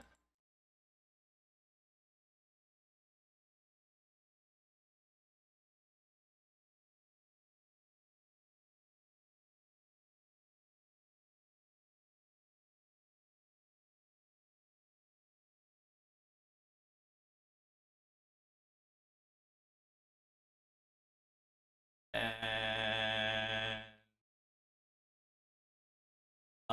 Great Plains kind of low key saw the first half of LB6.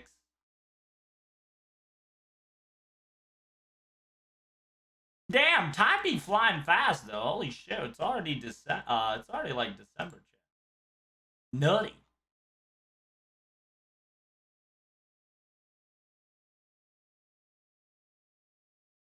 Oh, and the where the fuck was kind of the adventure located in? I think it was somewhere around the you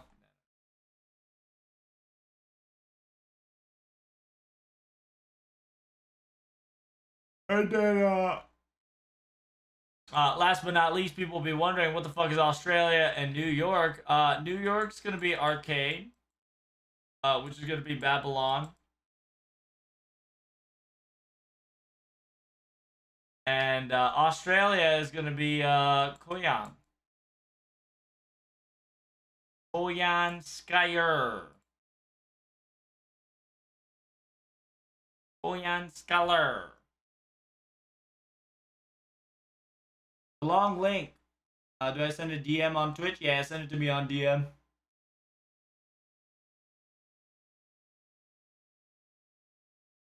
Ay, ay, ay.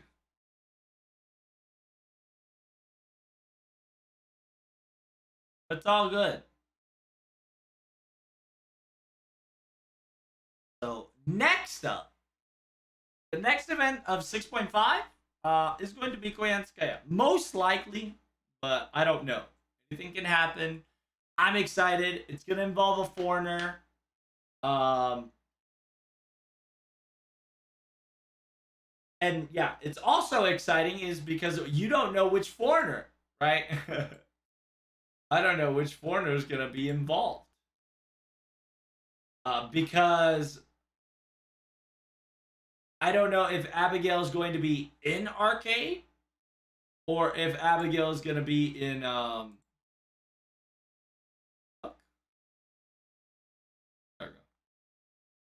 yeah, if FGO is going to be if FGO Arcade is going to be talking about a foreigner or Mobile is going to be talking about a foreigner. So make sure you write down your calendars for December 18th at least. When this event ends, chat, when the December 1st comes, you've got two options to pray. You either A, we get ourselves a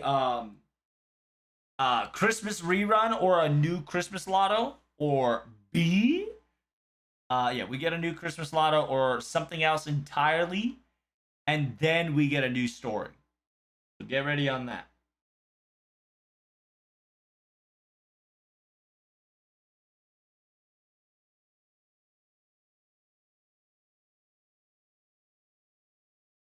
Send it? Good. Where's it at? Did you DM it to me on Twitch? What the fuck, bro? Don't do that. Just DM it to me on Discord.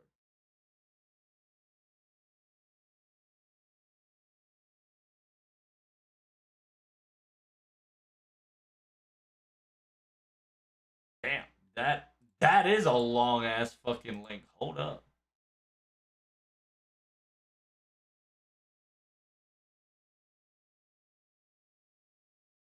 We'll type in we'll make that our new command. It's gonna be very long and triggering.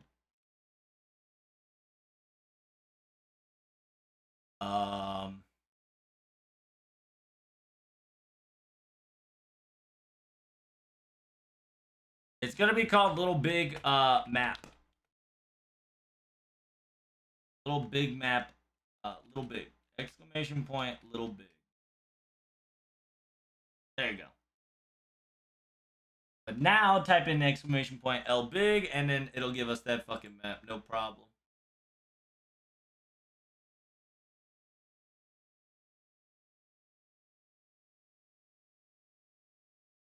They're probably gonna do a Liz like a rerun plus NE. Ah, that's where you're wrong.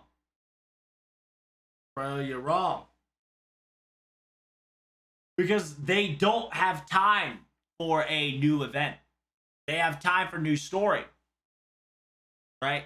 So they're not gonna give you two lottos back to back. This next event after Guda Guda has to be a rerun of the lotto or a lotto. Either or. If they do a new rerun of the lotto, we're not going to get a lotto this year. That's new. However, if we don't get a lotto this year, I can almost guarantee you that we might get some next level event called the Faker event. And the Faker event is what I would like to call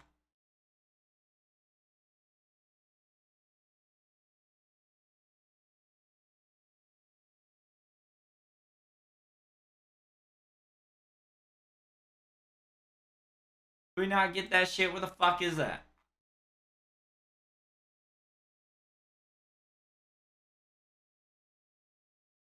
Da Vinci and the 7 counterfeits. This would give a whole new meaning simultaneously. It'll give you the Jalter clothing that we're missing. Currently, we're missing Jalter's clothing. So, by it not existing in the Mana Prism and Rare Prism shop, I have a sneaking suspicion that this event might rerun. Possible rerun coming near you. If we don't get a lotto this year on Christmas. Why? Because it fits perfectly. Da Vinci and the 7 counterfeit spirits. Like, bro. Currently, this word is very strong.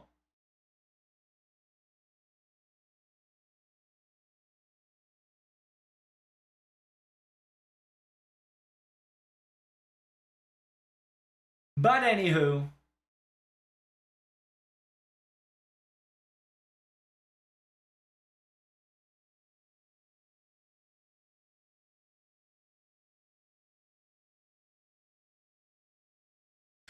we are now officially done with spoilage. Is anybody streaming right now?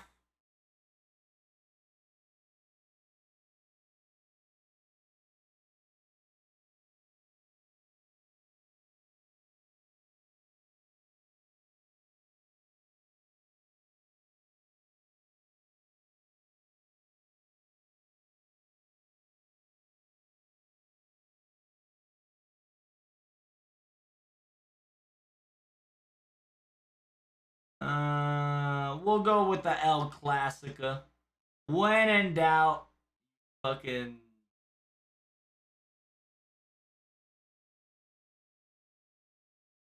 No?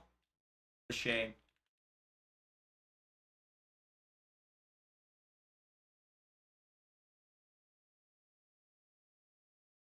Here we go, boys. It's FGO. It's all the good stuff. Oh, there's somebody there. I'll raid that person.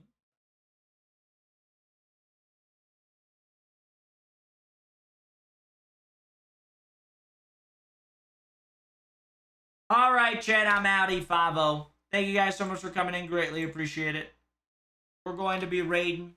Make sure you guys follow me on Twitter, YouTube, and Discord action. Make sure to do so.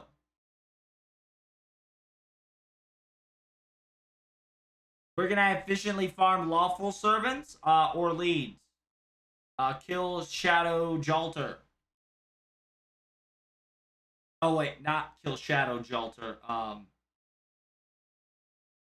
forgot. I think Orleans can do it. But other than that, I am out of here. Make sure you hit that follow button and subscribe to support my stream. I will see you guys on YouTube action and Discord. Make sure you at me if you have any questions. Have fun. Take care of yourself. And I will see you guys tomorrow on that delicious munchkin, alright? You found it? I'm glad you did, my man. Enjoy yourself on the event. I'll probably tell you all the easy stuff tomorrow. Just because I'm done by then. Take care, everybody. Bye, y'all. I'm going to be sleeping and working. Happy Thanksgiving! Make sure you give this person the love.